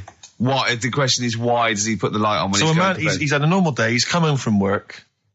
Is that right? He's come home from work, or he's not been working? Yeah, he's just been no, out. it's been working and stuff, I think. You think? You've made it up, Carl. You can decide. So is the question is, why has he put the light on when he's asleep? There's a reason that he's put the light on when he's asleep. Has he gone to No, sleep? no, Carl, don't shrug. You're meant to answer these questions. He put the light on before he went to bed. Yeah, and the question And you're he's asking gone me to is sleep, why? What's and the he- scenario? And the light's on and Yeah. that, but he's gone to sleep. Yeah. He started reading and then he fell asleep. No. Did he intentionally, for some reason, put the light on? Every night. It's mad. Sounds mad. That's Carl, doesn't it? Every night he does it. Yeah. He puts the light on when he goes to Light sleep. on, it goes to bed. Carl, is the point of this, he puts the light on for a very good reason. Not for us, but for some people. He's blind and it's always been on and he thinks he's turning it off, but it was on in the day and he thinks he's turning it off, but he's turning it on because he's No, blind. that'd be stupid. That works. No, that works great, Rick. Yeah. Thank you, Carl. So you've got to come up with what... Hang on. If What? you're blind, why would you put a light on?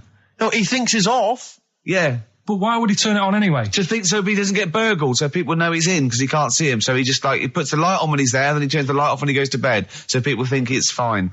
But he's got it out of kilter, and actually he's walking around in the dark all day. I don't believe that if you're blind, you turn your light on. I don't think you'd be living on your own, would you? I'm not having that for a Do second. blind people live on their own? For a second. Well, some people do. Lonely blind people live on their own. No, if you got bad eyes. What, any of them women? Are there any blind women who are living on their own? Rick? No, I mean, if you know of some blind women. Oh, living on their own. 800 800 1234. We've gone through this. If you are a blind woman with no standards and you don't care annoying voices and smell. It is rubbish. What did I find? Did you just say that is rubbish? No, then here's a good one. Go on then. Right, in Dubai, this woman went to Dubai for a holiday.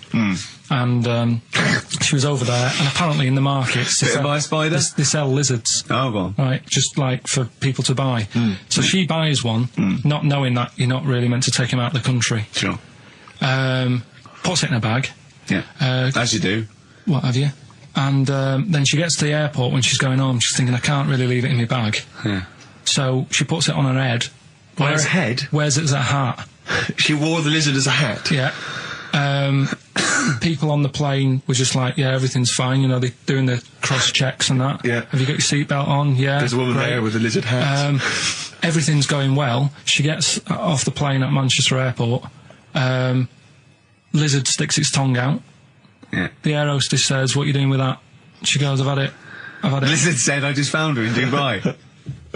They said, I've had this with me all journey. And they said, well, you shouldn't have done. And they took it off her. Yeah, I think that is true, actually. Yeah. Yeah. So what about that? Yeah, good, yeah. Yeah. That educated me. Right, what, any more? Well, what's that taught you? That's taught you, be careful when smuggling lizards Yeah. back as some kind of hat. Yeah, don't, just say, lizard, keep your tongue in, you twat. See, Christian's giving away a trip to Salem, Massachusetts. That's bizarre, actually, because I was in America recently and I went to Salem, Massachusetts, and that's not a prize. Isn't it? Believe me, we were there, we were sort of obliged to go because we were at someone's birthday. It's rubbish. Really? I mean, that's a really poor trip. That's such a boring He probably can't believe his luck. It's probably the biggest thing Christian's ever had to give away. the great thing about- and you've just dissed it. The great thing about Salem, Massachusetts is that I don't think we're good for this station.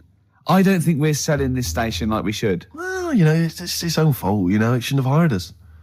I blame it, Yeah, and paid us in advance. Yeah. They're lucky we turn up. No, I went to Salem, Massachusetts, and this is the place that's famous from, like, Salem's Lot and the Salem witch hunts, famously. Famous for all things Salem. Salem Makes. Yeah, anything with Salem in the But title, that's what it's famous for. The whole Yeah. place has gone mad over like witches and Yeah. anything. Basically, it's like there was the Salem witch hunts in like 17 something or other, or Yeah. 16 something or other. So the whole place now is just full of like people dressed as witches. Yeah. And then it's like any supernatural stuff. So that I went in and it was amazing. It's quite Like expensive. Glastonbury tent. It was it's awful. Every single place there, every single shop is kind of horror related. Yeah. And I went to the Boris Karloff World of Terror. Yeah, Right? It's amazing. You went in there, right? I don't know if Boris, the famous horror actor, has actually been involved, but you go in there, you walk in the door, you've got to put these 3D glasses on, right? And it's supposed to be this kind of chilling journey around this kind of like a sort of a crypt, you know. And you put these glasses on, and I couldn't tell. They were so poor. I couldn't tell what was supposed to be a 3D effect and what was actually three-dimensional. Really? In real, so I couldn't tell if like the floor was actually sloped or if it was just appeared to be. Yeah. Whether the wall was actually kind of knobbly or whether it was kind of 3D glasses. It was so much, and it literally took about 45 seconds to get through it. And Imagine he just that. came out blinking into the light again. It was So rubbish. so I want to throw us over to Karl. So there's Steve Merchant with funny glasses on in this place horror, and he's walking round. Do you think he scared people, Karl? I've set this question out, haven't I? I've loaded the I question. know the answer you're fishing for. Karl, do you just want to have a dig at me? Because it's coming up to 2:00 and you've not really put a lot of effort in today, slagging I me don't off. do it on purpose. No, he doesn't do it on Go purpose. for it. He's just an honest northerner, and he can't lie. He's like George Washington, but without the wooden teeth. Yeah. Salem. I didn't mean We've to say... lost it again, haven't we? You didn't mean to say I Salem. didn't say Salem. This is such bad That was radio. just This the is word that was at really. the tip of my I mean, tongue. genuinely, this is bad radio, awful isn't it? radio. Quick. Oh yeah, my mate went to one of those things in the West End where you walk around and it's aliens and they jump out at you. Right. Right. And he was so scared when the alien jumped out. I mean, he ripped a bit of his face off. And What, the bloke- alien's face off? Yeah, it was foam, and the bloke went, "Don't do that, mate." Brilliant. Well, in the Salem one, I was wandering around, and this was one guy that kept jumping out. Yeah. Because there was about 10 of us, I was at the back. I always missed him jumping out. So when I got round, I missed all the frights. It was Oh ludicrous. no. You'd at least you'd have thought he'd jump out, then double round and jump out again. For Yeah. the people at the end of the Everyone queue. might catch that. No. All right, Carl's had a bad week. I'm going to say it straight away. He tries to rule out stress in his life, Yeah. but he's had a bit too much stress this week, haven't you? One, a phone call from his mum, stressed him a little bit. Right. Something he said in a magazine about his auntie, came Okay. back to haunt him. With Auntie Nora? Auntie Nora, yeah. Don't name her. Oh, She no, knows don't who name she her. is. No. Okay, we won't name her, right? We just say it's the one who farted for 5 minutes, and as he saw a skirt when he was young, and I found it like a split tennis So ball. it could be any of me aunties. That coming up, and also a bloke in Times Online, Chris Campling, Yeah. did a review of the show, Right.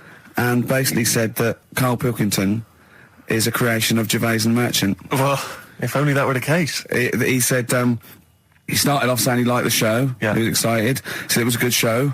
A lot of the jokes. I'm already questioning his critical faculties. Yeah, exactly. And basically said that we didn't contribute much, or seemingly didn't seem to contribute much, and we couldn't sort of like ad lib or anything. We just laughed at, particularly me, laughed at Karl Pilkington, who was coming up with some, quite funny stuff. Yeah. Right? But then he does a twist on it. He goes, but the thing is, we're the puppet masters. He's a created person. We've created the persona Karl Pilkington for our own amusement. Right. He bases this on simply that we talked about, what was it we talked about? The Chinese not aging well, and Right. he heard him talk about that on my DVD. But clearly I say, Karl, remember when you were talking about that? It's a news, or remember in the week, and so he thinks it's all scripted now. Imagine if this show was scripted. I'd be ashamed. Yeah. If this show was scripted, I would send back the BAFTAs for the actual shows we've written, and I would And say... I'm having a go at Chris Campling. He's nice about our other work. He likes The Office, and he Yeah. likes my stand-up and everything, and he likes the show.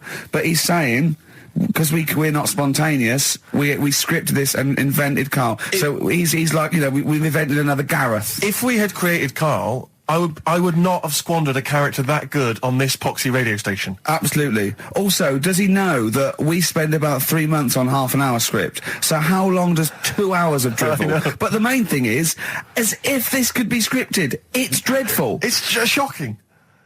Or maybe this is scripted. Hang on, you've lost me there. Let me just Well, check the script. maybe Chris Campling does not exist. Maybe I've made him up. I don't know what to believe. See, the name doesn't wash with me. What was his name? Chris Campling. Sounds odd. That's something that I made up, isn't it? Campling's almost like a joke. It's almost like a gay name, isn't it? Oh, he's See, a Campling. So I think this is scripted. Yeah. I think I've probably made this whole link up, and Karl is a creation. Campling, that's not a real name. I made it up. I should have come up with something better. Yeah. Sorry. Down to the River by Bruce Springsteen on XFM 104.9. So, yeah, that little fella in the Times thought Karl was just a puppet. We created him. He's an actor. What's his actor's name? Brent Hogwell. We got him from a Spotlight. Brent Hogwell. This stupid, dopey Mancunian accent, he just puts that on every week. Yeah, exactly. Yeah, he speaks rather like Hugh Grant. Yeah.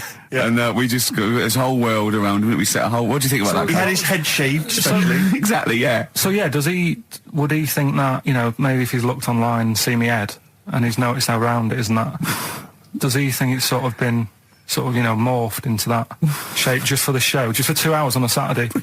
Yeah. You spend 5 hours in prosthetic makeup like John Hurt in The Elephant Man. Everything about him was made up. Yeah. We created him, because I remember coming up with Auntie Nora. Oh, yeah. You said, Rick, we need another character. I said, what about giving him an Auntie Nora? Doesn't sound convincing, I said. Yeah, and you said, what is it about? I said, well, I don't know, she farted for 5 minutes and she's got a fanny like a split tennis ball. No one's going to believe that. Yeah. Oh, that brings us neatly. Well, let's put that to bed now. So, Chris Campling, honestly, we do not script this shambles of a show, and Karl Pilkington really is like this. If you want, you can meet him. I'd love to send Karl for a drink with Chris Campling. Can we do that? And then he'll eat his words. Chris, if you're listening, honestly, this isn't a stitch-up. As I say, I'm not having a go at you. It's a very well-written article. It's very, very fair. You're just complimenting on his grammar.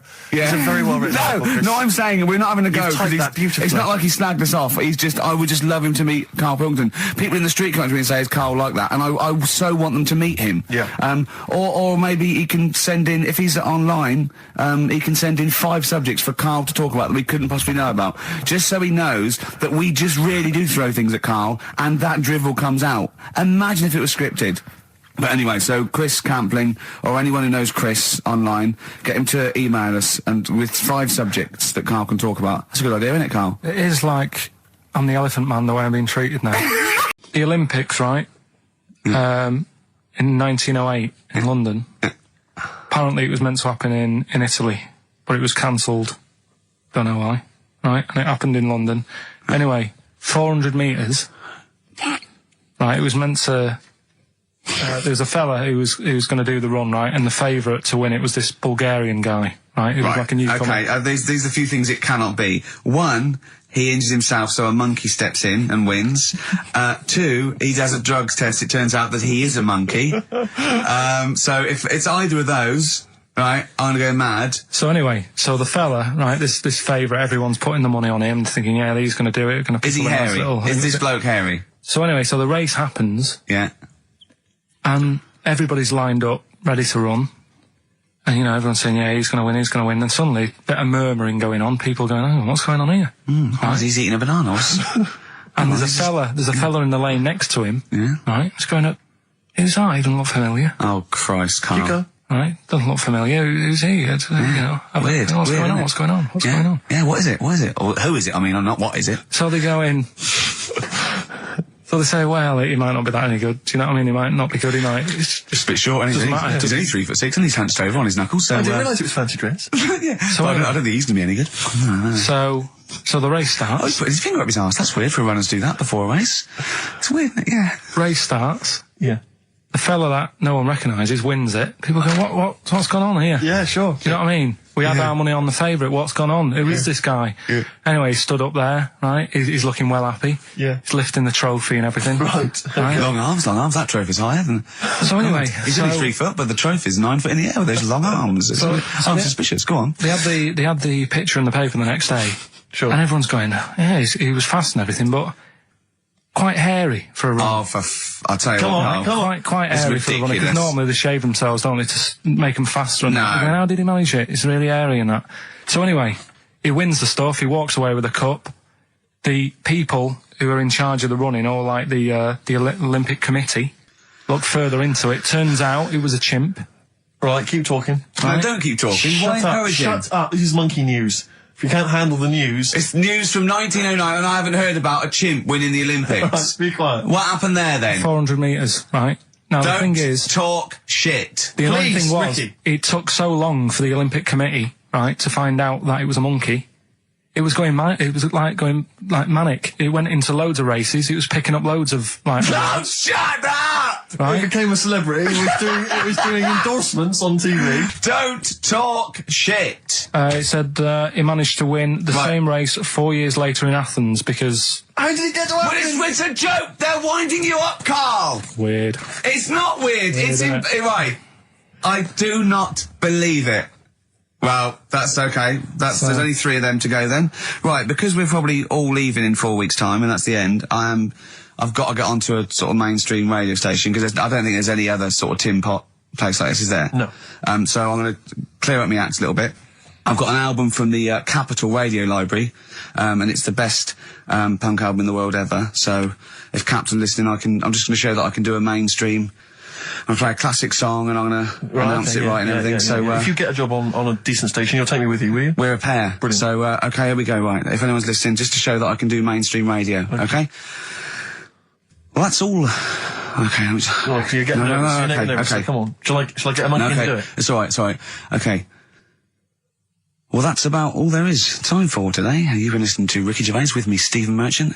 Across the way, K-Man Pilkers. We're going all the way back now, a classic song from the late 1970s, and this is Devo with Mongoloid. Monkey news, I Monkey trust? news is safe, isn't it? Some monkey news, that goes without I saying. told a bit of monkey news. I did a photo shoot at the zoo this week, and one of the people in Try and make charge. yourself look good. yeah. They told me that they used to have an orangutan, right? But it escaped. It worked out. It lifted up a drain, got out the drains, and got out up into the zoo. It actually did a Coldix type escape, right? And Karl goes, "What happened?" I said, "Well, they sort of they surrounded it and sort of got it back anyway." That's no good though. I mean, it's not monkey news unless it steals a car and goes to Spain. Exactly, yeah, or opens a small I mean, that's bistro. real. That actually happened. Yeah. But it's not real unless it, takes a gun, gets mistaken from a president, and, runs the country for 3 years. Monkeys, Pleasant Valley Sunday, brilliant. XFM 104.9, Karl Pilkington. This show is monkey heavy, isn't it? It is monkey heavy. Karl, if you were president, would you sort of make it compulsory so maybe have a little monkey? Everyone has a little monkey of their own? Little chimps out and out, old age pensioners? It's not a bad little... It's funny, because there was a story the other day when I was looking for monkey news.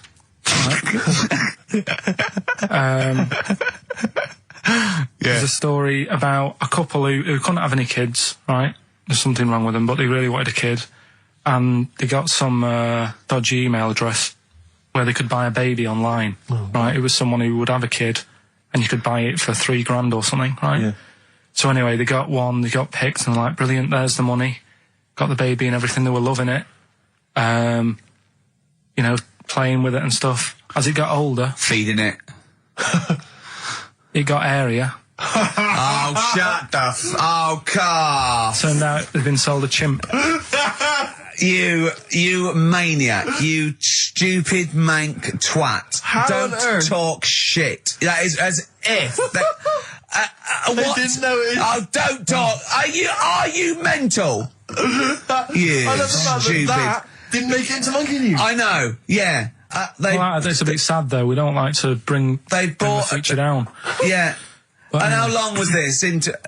It got area. They're born hairy. No, it wasn't. They're not born like humans then develop hair, because they go, hold on, we better get the chimp stuff kicking in now, because we're in the jungle. School photograph, they were like, hang on a minute. He looks a bit weird. Oh, you are just the rubbish. Mad, innit? Mad, innit? Imagine, oh, God. But Just anyway. imagine if he was in charge. We did put him in charge of the country. Terrifying. Wouldn't that be amazing? Let him run the country. Just for a week. Or the mayor. What would you do if you were the president or the Lord Mayor of London or the Prime? Prime Minister Karl. I wouldn't do it like he's going to be offered it. David Bowie, Sorrow, on XFM 104.9. Nearly there, but, we're working our way up to the grand finale. The bit where Karl spouts absolute nonsense from a dodgy source on the internet about a monkey who did something impossible. Let's cue up the jingle. Hang on. All right. Perfect. Oh, chimpanzee that monkey news. Right. Let's have a look. This one's from some woman, right? Yeah. And she was taking part in the London to Brighton bike ride. Right. Lovely day, weather's good and everything. What year? She's just a couple of months ago. She's done all the training, right? Done all the training and stuff. Got a brand new bike for it. Got a little puncher outfit and stuff, all set for the day, right? It's a nice day. She sets off. They all start pedalling and that on the way to Brighton, right? So she knows the route and that. Got a little headphones on, cycling along. Suddenly, Right, okay, I'm stopping now. If a cyclist overtakes her and is going really fast and it's sort of hunched over, but it's got like lots of cycling gear on and a helmet and goggles and they can't tell what it is, but they just know it's like a little hairy fella who hasn't bothered shaving his legs, which is weird, isn't it? Because cyclists usually shave their legs and this bloke had really hairy legs. But and it won. They gave it the medal. It won 3 years running. They gave it the key to the city. It had its own game show. And then someone said, hold on though, this fella's all hunched over and he's only 3'5" and his arms are longer than his body. It's a chimp. If it goes anywhere near that, we're never doing it again. more monkey news next week. She's cycling So along. anyway, she's cycling along, right? And this tricycle. I couldn't predict that. There's always one element you can never anticipate. Yeah. A kiddie's tricycle with a little kid on it. Little hairy kid with a helmet. Okay, just go on then. The tricycle comes Whizzing past, yeah. thing. Strong legs, isn't they, chimps? So she's thinking that, but didn't get a chance to see the thing. Oh, yeah, couldn't quite see the cyclist. Oh, God! You bald mank git. Go on. Yeah, research scientist Karl Pilkington. So anyway, she gets to the end line, right? And they got talking. So it was a nice day, nice race and all that. He said, "Did you see a little thing on a tricycle?" Thing? Well, a person, surely, just a human. Did you see that? No. Did you see that bloke on the tricycle? So anyway, turns out. Tricycle. Yeah. Well, what did she say? Thing? Well, no, wasn't that suspicious? I mean, why did she say? Did you see that fellow on a tricycle? Anyway, so it turns out Go on. it was a chimp. You're joking! Right. Well, Christ almighty, there you go. Unbelievable, and it was a chimp all along. So anyway, right, so the woman's like, We're never doing this again. checking out the news, right? There's nothing on it. She checks out XFM Monkey News. Right, okay, I'll I stop don't you there mention again. Right, if it turns out she doesn't lose, right, and the circus goes, we're looking for our chimp, it used to ride this tricycle, and it escaped with police chasing it. No. So she listened to XFM, see if I'd picked up on the story. Yeah, sure. I didn't have it and stuff. So she got in touch with the organisers of the London to Brighton bike ride, said, look, saw a little hairy fella. Why did she care? Because she wanted to know. She thought it was a bit odd. Well, Turns why- out it was a chimp. They weren't happy about it. Of course not. Because now the owner of the chimp wants to enter it into the Tour de France. No! Oh, God! I'm gonna die! Oh, God! In 2005. Now, a couple of questions. I trust you'll be able to answer these. One, Oh, God! Steve, help me out. how did it get hold of the tricycle? I don't know. Okay. Okay, no, that's fine. That's not an important point. Like, that's important. How What's the did matter it- with you, Steve? He doesn't know that. How did it know to... well, firstly, how did it know which way to cycle? But more importantly, how did it know there was a major bike ride on that day? Just following the crowd, No, Steve. no. What's the matter with you? The owner of it had trained it and stuff. No, he hadn't. It had already done the run beforehand, before the big day. No, I didn't. Like I say, it wants to do the Tour de France in 2005. No, it doesn't. But there's something about animal rights. If they don't let it enter, they can kick up a bit of a fuss. The animal rights is that it's cruel to make a chimp ride a bicycle. Not if he that wants it's to. prejudice that it'll go, is it because I is hairy? You idiot. Right? So, Wow, that is the worst. That is the worst one yet. Absolute twaddle. Absolute rubbish, Karl. Have you got a tricycle? Unbelievable.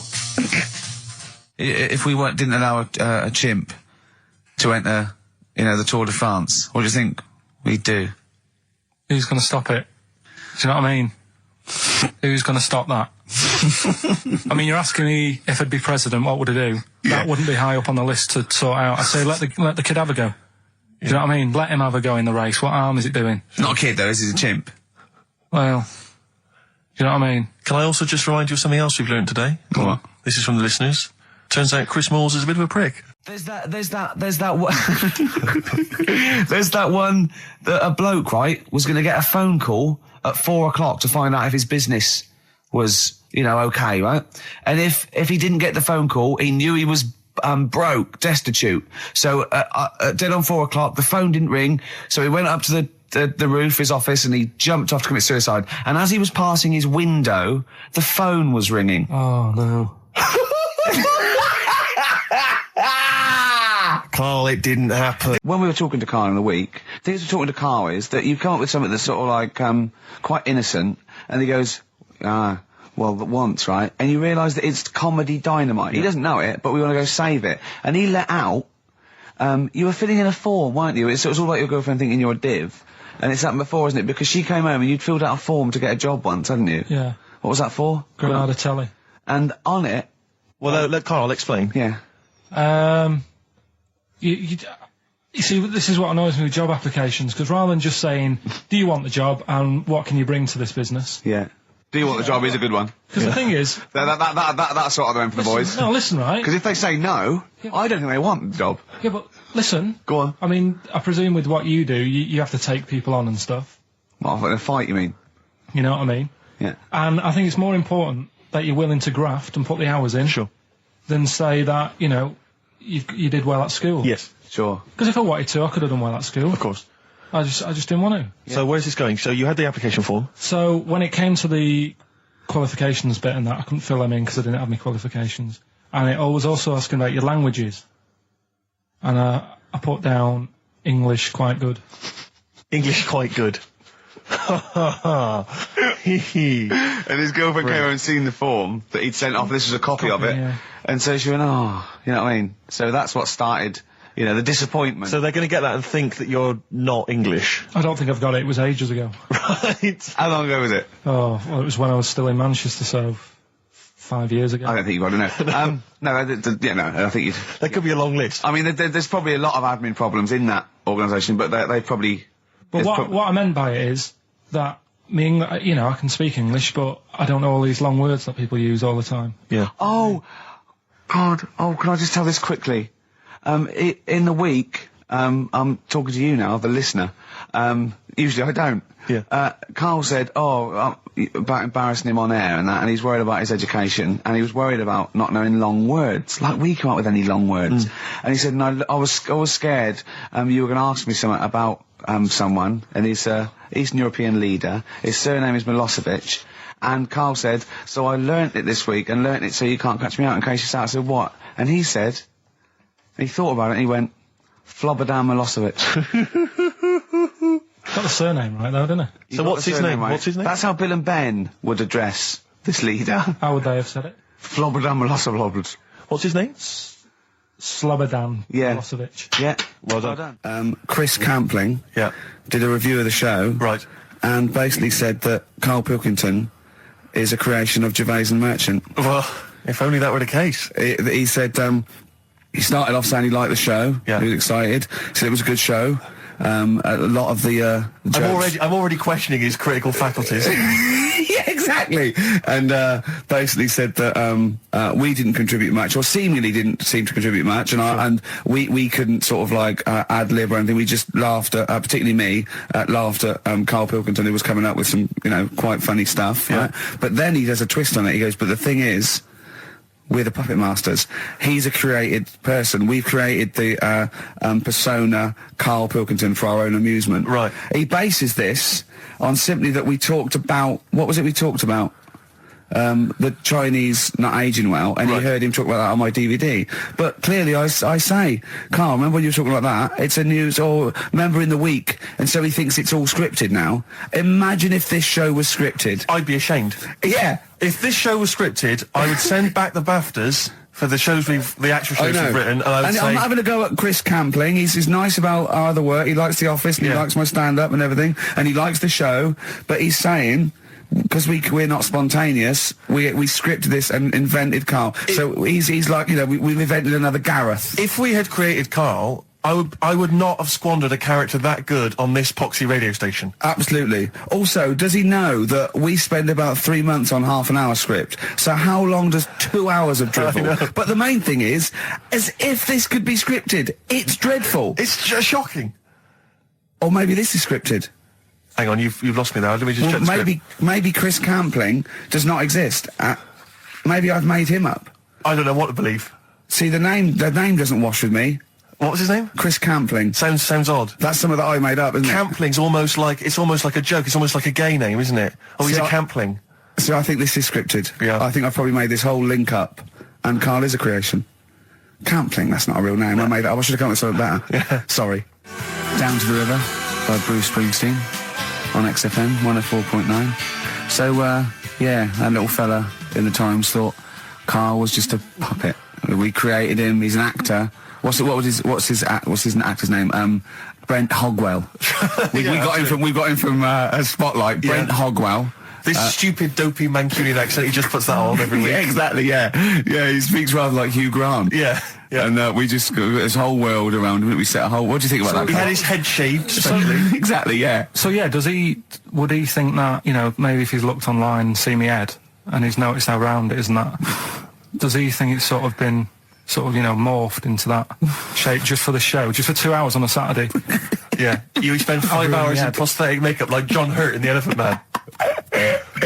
Everything about him was made up. Yeah. We created him, because I remember coming up with Auntie Nora. Oh, yeah. You said, Rick, we need another character. I said, what about giving him an Auntie Nora? Doesn't sound convincing, I said. Yeah, and you said, what is it about? I said, well, I don't know, she farted for 5 minutes and she's got a fanny like a split tennis ball. No one's going to believe that. Yeah. Oh, that brings us neatly. Well, let's put that to bed now. So, Chris Campling, honestly, we do not script this shambles of a show, and Karl Pilkington really is like this. If you want, you can meet him.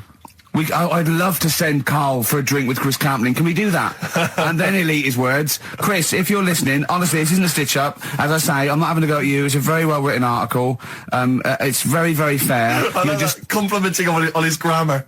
Yeah. It's a very well-written article, No, I'm saying we're not having a go. You've typed that beautifully. It's not like he snagged us off. I would just love him to meet Karl Pilkington. People in the street come up to me and say, is Karl like that? And I so want them to meet him. Yeah. Or maybe he can send in, if he's online, he can send in 5 subjects for Karl to talk about that we couldn't possibly know about, just so he knows that we just really do throw things at Karl. I was talking to Karl the other night, because I've been rewatching for some reason that film Witness with Harrison Ford, where he's a policeman that has to protect a little boy who's part of an Amish community. Amish? Yeah.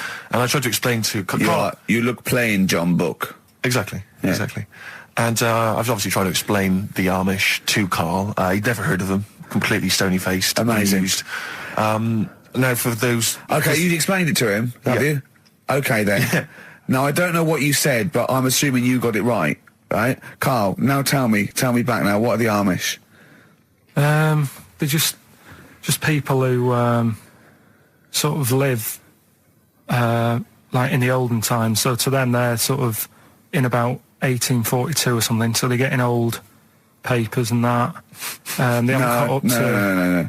They don't have telly. They don't deny that the 20th century has happened. They just don't want to be part of it.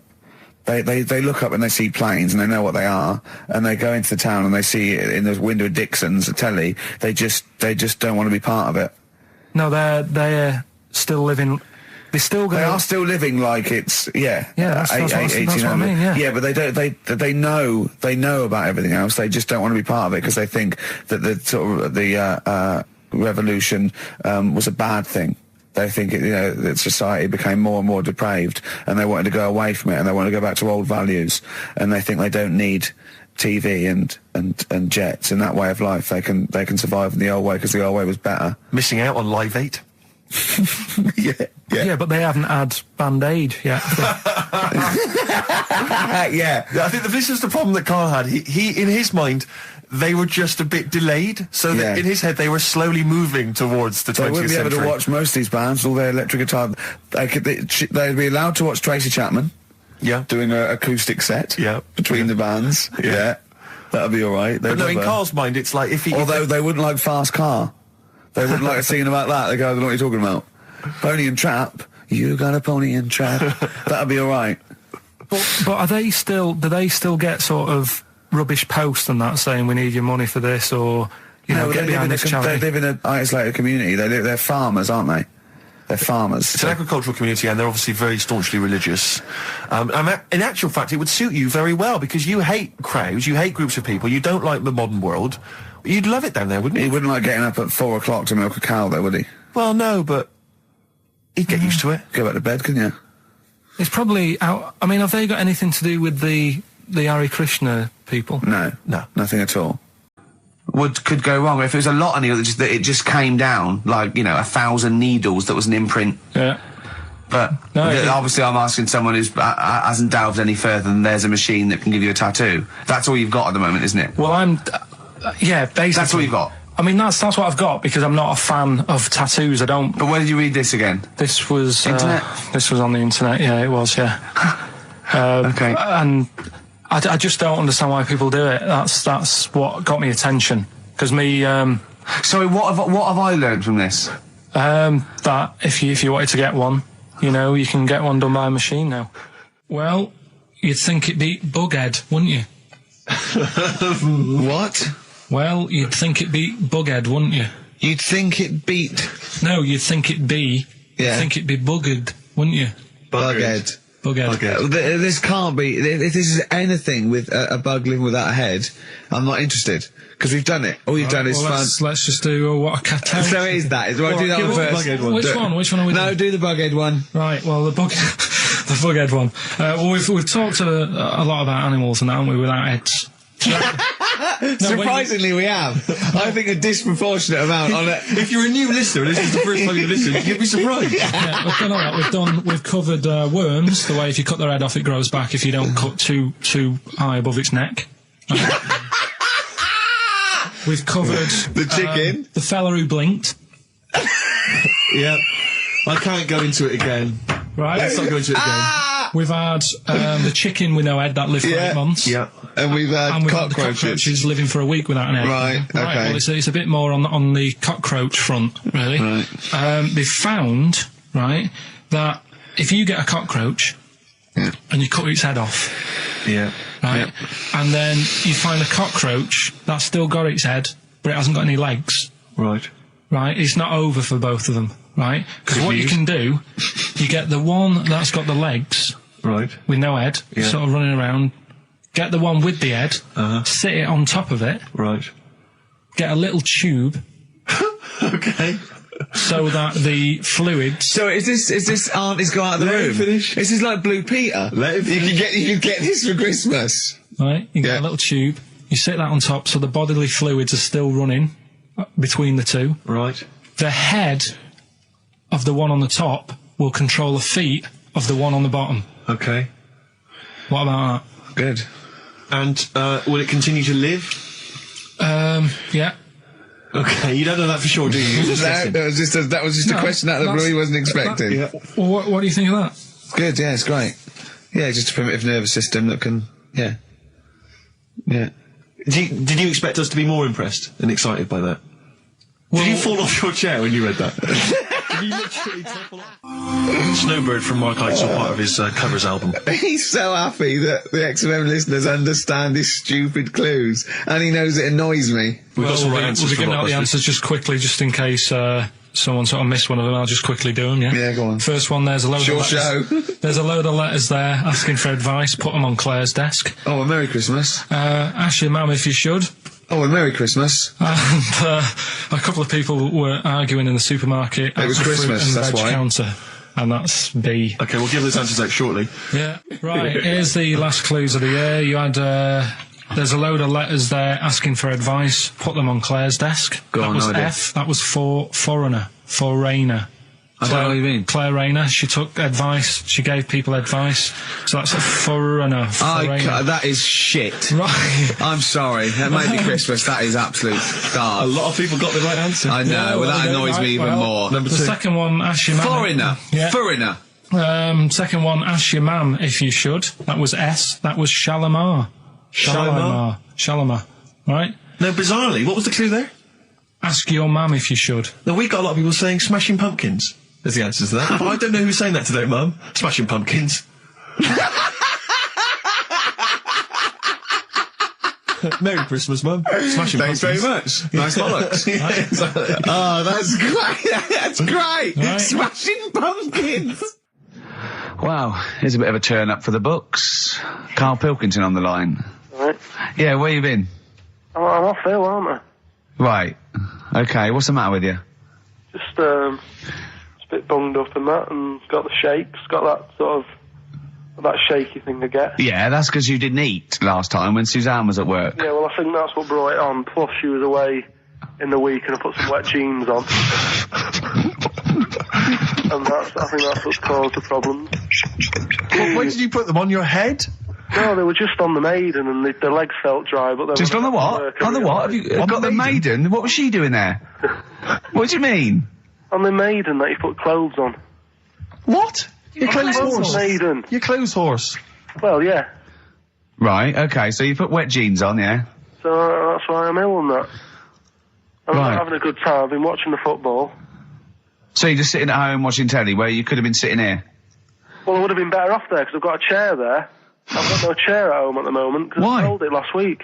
Why did you sell a chair? What, you only had I one was chair? telling you. What? Look, can't we just, I just was calling up to let you know I was alright and that. We're not interested in that. We want to know about the chair. I sold it. I had a little two-seater and I sold it because I'm getting a new one, but I've got to wait another month. So you've got to sit on the floor for So a month. you sold a chair before you had another one? Well, she might not have wanted to buy it in a month or something. So I got rid of it whilst I could. She was alright, buddy. We'll talk about that next week. Oh, you're going to be in next week? I look forward to that then. That's a dynamite piece of radio to tune in for. The Yeah. day Karl sold a chair. Brilliant. Alright. So you alright then? It's going alright? But why did you take this long to call? We asked you to call since the very Because I was beginning. We've been watching phoning you. Why is your phone Yeah, switched off? I heard the beginning. I heard the beginning of the show. I thought, yeah, it's going alright, did air and stuff. Turned it off. In You fact, turned it off? No, I put a tape in though, because even though I'm ill, I'm still showing an interest in it. Well, you're not. If you're watching football and shaking. Yeah, well, I'll listen back to it later, so I hope you haven't been dissing me. No. Right? Definitely not. Don't listen back to it. It's not worth it, but we haven't been dissing you, no. The darkness growing on me on XFM 104.9. Oh, it's all going well already, isn't it? The microphone fell apart. Carl's shouting because he got headphones on. His music's turned up too loud. Canfield level. God, it got pre-out. Look at him giggling. Look at him. Look at him laughing. That's so funny because I got a letter here. The funny thing is, right, it's the first time I sort of noticed somewhere like that. When you go, what do you do if you just want some Brillo pads or whatever? I'm walking in London. Never concerned me that. Never needed Brillo pads in my life. No, but you know what I mean. The sort of things that Yeah. it's a bit tricky to find, but in London, you've got the coverage. Now the weird thing is, I was walking home from had a drink the other night, right? Walking down the road, and there was a shop that just sold in London, chess pieces Yeah. Is that the one on Great Portland Street? round the corner from it. Yeah. Yeah. But I think that's mental. I remember being in Brighton once and seeing a shop, and all it sold was the foam you put inside cushions. Yeah, there's one of those at Pentonville Road. But I don't know who opens the shop. like that. I know where these I'll tell you, things are. There's a hole in the market. Yeah. What was that shop we walked past yesterday? And it was like something really, really... Oh, chef uniform shop. Yeah. It's Dundee Street. And I'll tell you what, I opened a chef uniform. Mainly sort of check trousers and white hats. But there must be a lot of chefs around. I'm eating all the time. Someone's making the food. Yeah. The funny thing is, on the chess shop, right, they mustn't have been doing that well. And someone the bosses must have been sat there going, not really working this, is it? Yeah, right? people only buy one chess set in their life. Yes. Right. Yeah, but the funny thing is, on the door, it's just said, come in and browse. Which I thought was odd. Did right? you? No, it was shut. Right? but the funny thing is, right, so you can imagine them sat there going, oh, it's not doing that well. And it's changed. They've actually changed the name of the shop now. Yeah. And now it says chess and bridge. Right, they've had to So expand. they've opened it up a little bit. Yeah. Yeah. But still, What do you buy for bridge, if not I don't know. pack of cards? I don't know. I don't know, I don't play bridge, but I don't know, I don't think you need a lot of stuff for bridge except a pack of cards. I remember going A table. when I was on Three friends. on holiday once in Devon, past a shop. I don't know if you ever need it. if you ever need an antique marionette, let me know. 'Cause I know where there's a shop. Okay, yeah. Antique marionettes. I know. Again, you only need one, unless But I you're a want to know collector. who goes into this business. Well, son, what are you doing? Going to university to do law, father. Well, there's a factory there that makes the little plastic bits that goes on the end of chair legs. Do you want to take it over from me? We're not really, no. It's all set up. Yeah. It's all set up. Oh, God. All right, Dad, but just for a couple of years. Someone's got to make them. Someone's got to know. make the little plastic bits that go on the end of chairs. Well, if you make them, call us on the 123497734. Weird though, isn't it? Weird. Weird, though, isn't it? Right, listen, songs of phrase answers next. We'll go out of the Well, way. I'll tell you what, play it once more so that people have got a chance to actually enter. Hang on, If you keep can talking, be keep bothered. talking, keep talking. Oh, I can't be Should be ready, Carl. This is terrible. Here we go.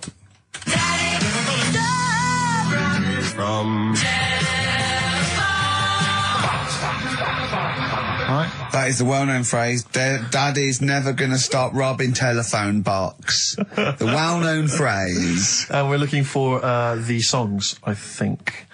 I don't care. All right. Libertines on XFM 104.9. I'm Ricky Gervais, with me Steve Merchant. Over there is Karl Cayman Pilkers. I'd be great for Heart. You really would. Wouldn't I? You really Virgin, I'd probably. BBC Radio 2 would be my first. Or one. Late night one would be good. All good stations, all professional stations. Yeah, 4 All weeks to have an go. audience, all have 4 an weeks to go before we may give up or we may come back. Who knows? It's all up to Karl Cayman Pilkoids. Can I just extend an apology? I was a little bit crass earlier, and I made some unsavoury remarks about Radio 1 DJ Chris Moyles. I'd like to apologise. Funny man, Chris Moyles. I would like to apologise for that, but it gave me an idea. You, the listeners, who do you hate? Email in ricky.gervais@xfm.co.uk. I just think that we've never really used XFM as a kind of, well, as a research tool, really, and it seems to me that we can get great And opportunity it's here. this, we don't sort of do this thing, we don't go on there and sort of like slag off other people and people in the public eye. Well, we pick on targets that are can't fight back. helpless, the elderly, you know, people suffering in some way that really, and particularly we don't want to pick on people like Chris Moyles, who's got a big platform, much bigger We platform. want people who can't answer back. Yeah, so, who do you hate? That's us. Who do you hate? I don't want people you went to school with or your Do you know boss. what I hate, Steve? Who do you hate, Rick? Right, my top three, just in the top three, would be Hitler, Yeah. Mussolini, and General Pinochet. Really? No, probably Moylesy, Harry Potter, and Jamie Oliver. Nice. But what are your top three? Now, don't make them comical. Don't make them. These are the people that wind you up when you see them on TV. If you hear them on the radio, if you see them in a magazine, they just they make your kind of blood boil. Might be us. It could be us. Well, I'm expecting that. We know that. We're not stupid. We could take it as read that it's us. Yeah, And then if anyone other let's than us- assume it's us, so we want other people. Yeah. But I want to draw up the top 5 people. I don't want to hear things like Tony Blair and Jeffrey Archer and fascism. No. Just people who make your flesh crawl for no fault of their own. Well, really? Well, sometimes their own because they're talentless or fat. But that'd be good. That'd be a good long-term poll over the next 4 weeks, and then in 4 weeks' time we go. Well, we're off. We're in the top 10. Exactly. But here are the other 9. So I think it's just genuinely going to be quite interesting. So ricky.gervais@xfm.co.uk. Maybe who you hate and why. It's like giving a reason in the diary room. Yeah, You can't just nominate someone. You've got to say and why. Sure. But if you can't be bothered to write and why, just nominate. Yeah. Because that means we've got a lot of reading to do if they start doing that, Rick. Yeah. Keep it down to one sentence. Yeah. You know, so the reason to be so-and-so because they can't walk. Something like that. Sure. Maybe. Now then, we were playing earlier songs of phrase. We have had... I mean, the answers I could literally count on the fingers of one hand. Now, the right answers, even less so. But, do you want to play it once more, Karl? Oh, God.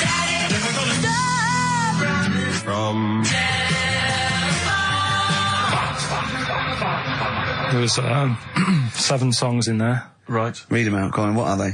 It was Oh, have you got it written down? I can remember them. Daddy Cool. Boney M. Boney M. Yeah. Never Gonna Give was You from Up, Rick Rick Astley. Astley. Yeah. Never Gonna. Write them down! Stop, Sam Brown. Right. Robin was Miss Robinson by Simon and Garfunkel. Mrs. Robinson. Yeah. Hang on a minute. That's not Robin. Oh. From Russia with Love, Matt Monro. Right. Telephone hanging on the telephone, Blondie. Yeah. And then Box, Living in a Box, Bible in a box. Well, listen, no, I don't think anyone got them all right. No. If you did get them all right, I'm sorry, but I gave up checking the emails a long, long time ago. So I'm going to give it to Michelle Flower because she got a few of them right. So well done. She got a lot right there, actually. Well done. Good, well done. She got 5 out of 7, so well done, Michelle. And you get all those great prizes. Incidentally, That was the record before us, and here we are, pre-recorded, because we did this a few weeks ago, because we're not here at the moment, are we? We're away in that. I'm Ricky Gervais, with me Stephen Merchant. Hello there. And Karl Pilkington. Well, he's not actually with us. No. He'll be in some of the best of clips that will be coming up shortly. yeah, this is just us, isn't it? This is just us. We did this. When did we do this, Rick? A couple of weeks back. Hold on, what is it? What It's the day is it? 27th today. Yeah, well, I enjoyed Christmas. I loved Christmas. I loved Christmas. I had a loved great Christmas. time. What did you get? Loads of presents. So did and I. I'm glad they made it to number one. Oh, yeah, right. It's years ago. Oh, yeah. Some In olden days, Oh, sure. when Some, ghosts roamed the earth. Once upon a time, you mean? Yeah. some doctor or something who was into, like, the way bodies work. They got their head cut off. Who did? The doctor? Yeah, he was doing a bit of an experiment. And he cut his own head off. Yeah. Okay. And it was about, he said, when my head's in the basket, I'm going to blink my eyes. Right. Okay, sorry, hang on. Let him finish. And, So the doctor has chopped his own head off, and he's told everyone, I'm going to blink my eyes to prove that he's there's in the life after basket, death. and he goes like, right, I'm going to blink my eyes about, as many times as I can. So quick, count them. And they count, and he got to like 15 before he Right. died. Now, this is how Karl told me that. Till Nick Frost explained that, Karl told me, he said, right, well, a bloke, right, he had his head cut off, and when his head was in the basket, he went, count how many times I can blink. And I went, well, that's rubbish. He went, no. And Nick went, well, no, he actually said, when my head's in the basket. He went, and Karl went, all right. I said, Karl, do you know the subtle difference? Do you see the subtle difference? I have to say, though, guys, I still don't really understand what went on there. You've both lost me. The story is that a bloke who'd been found doing, You mean that Karl just explained it and that was a clear version? Because I still don't know what you're talking about, Karl. Well, this bloke had his head cut off at experiments against God. He was a doctor in the, in olden times. Yeah. And when they cut his head off, Why did they cut his head off? because it was He was executed. crimes against he was executed, yeah. And he said to his assistant, when my head's in the basket, I'm going to blink, count how many times I blink, and write it down as an experiment, right? Karl told it to me, like his head was cut off and he went in the basket, and when his head was in the basket, he looked up and said, count how many times I blink. Yeah, I love that. I love the difference in that story. Yeah. Both rubbish, Yeah. but one's Why possible do you and one believe isn't. anything? You believe anything that you're told except when we tell you the truth. right. Yeah.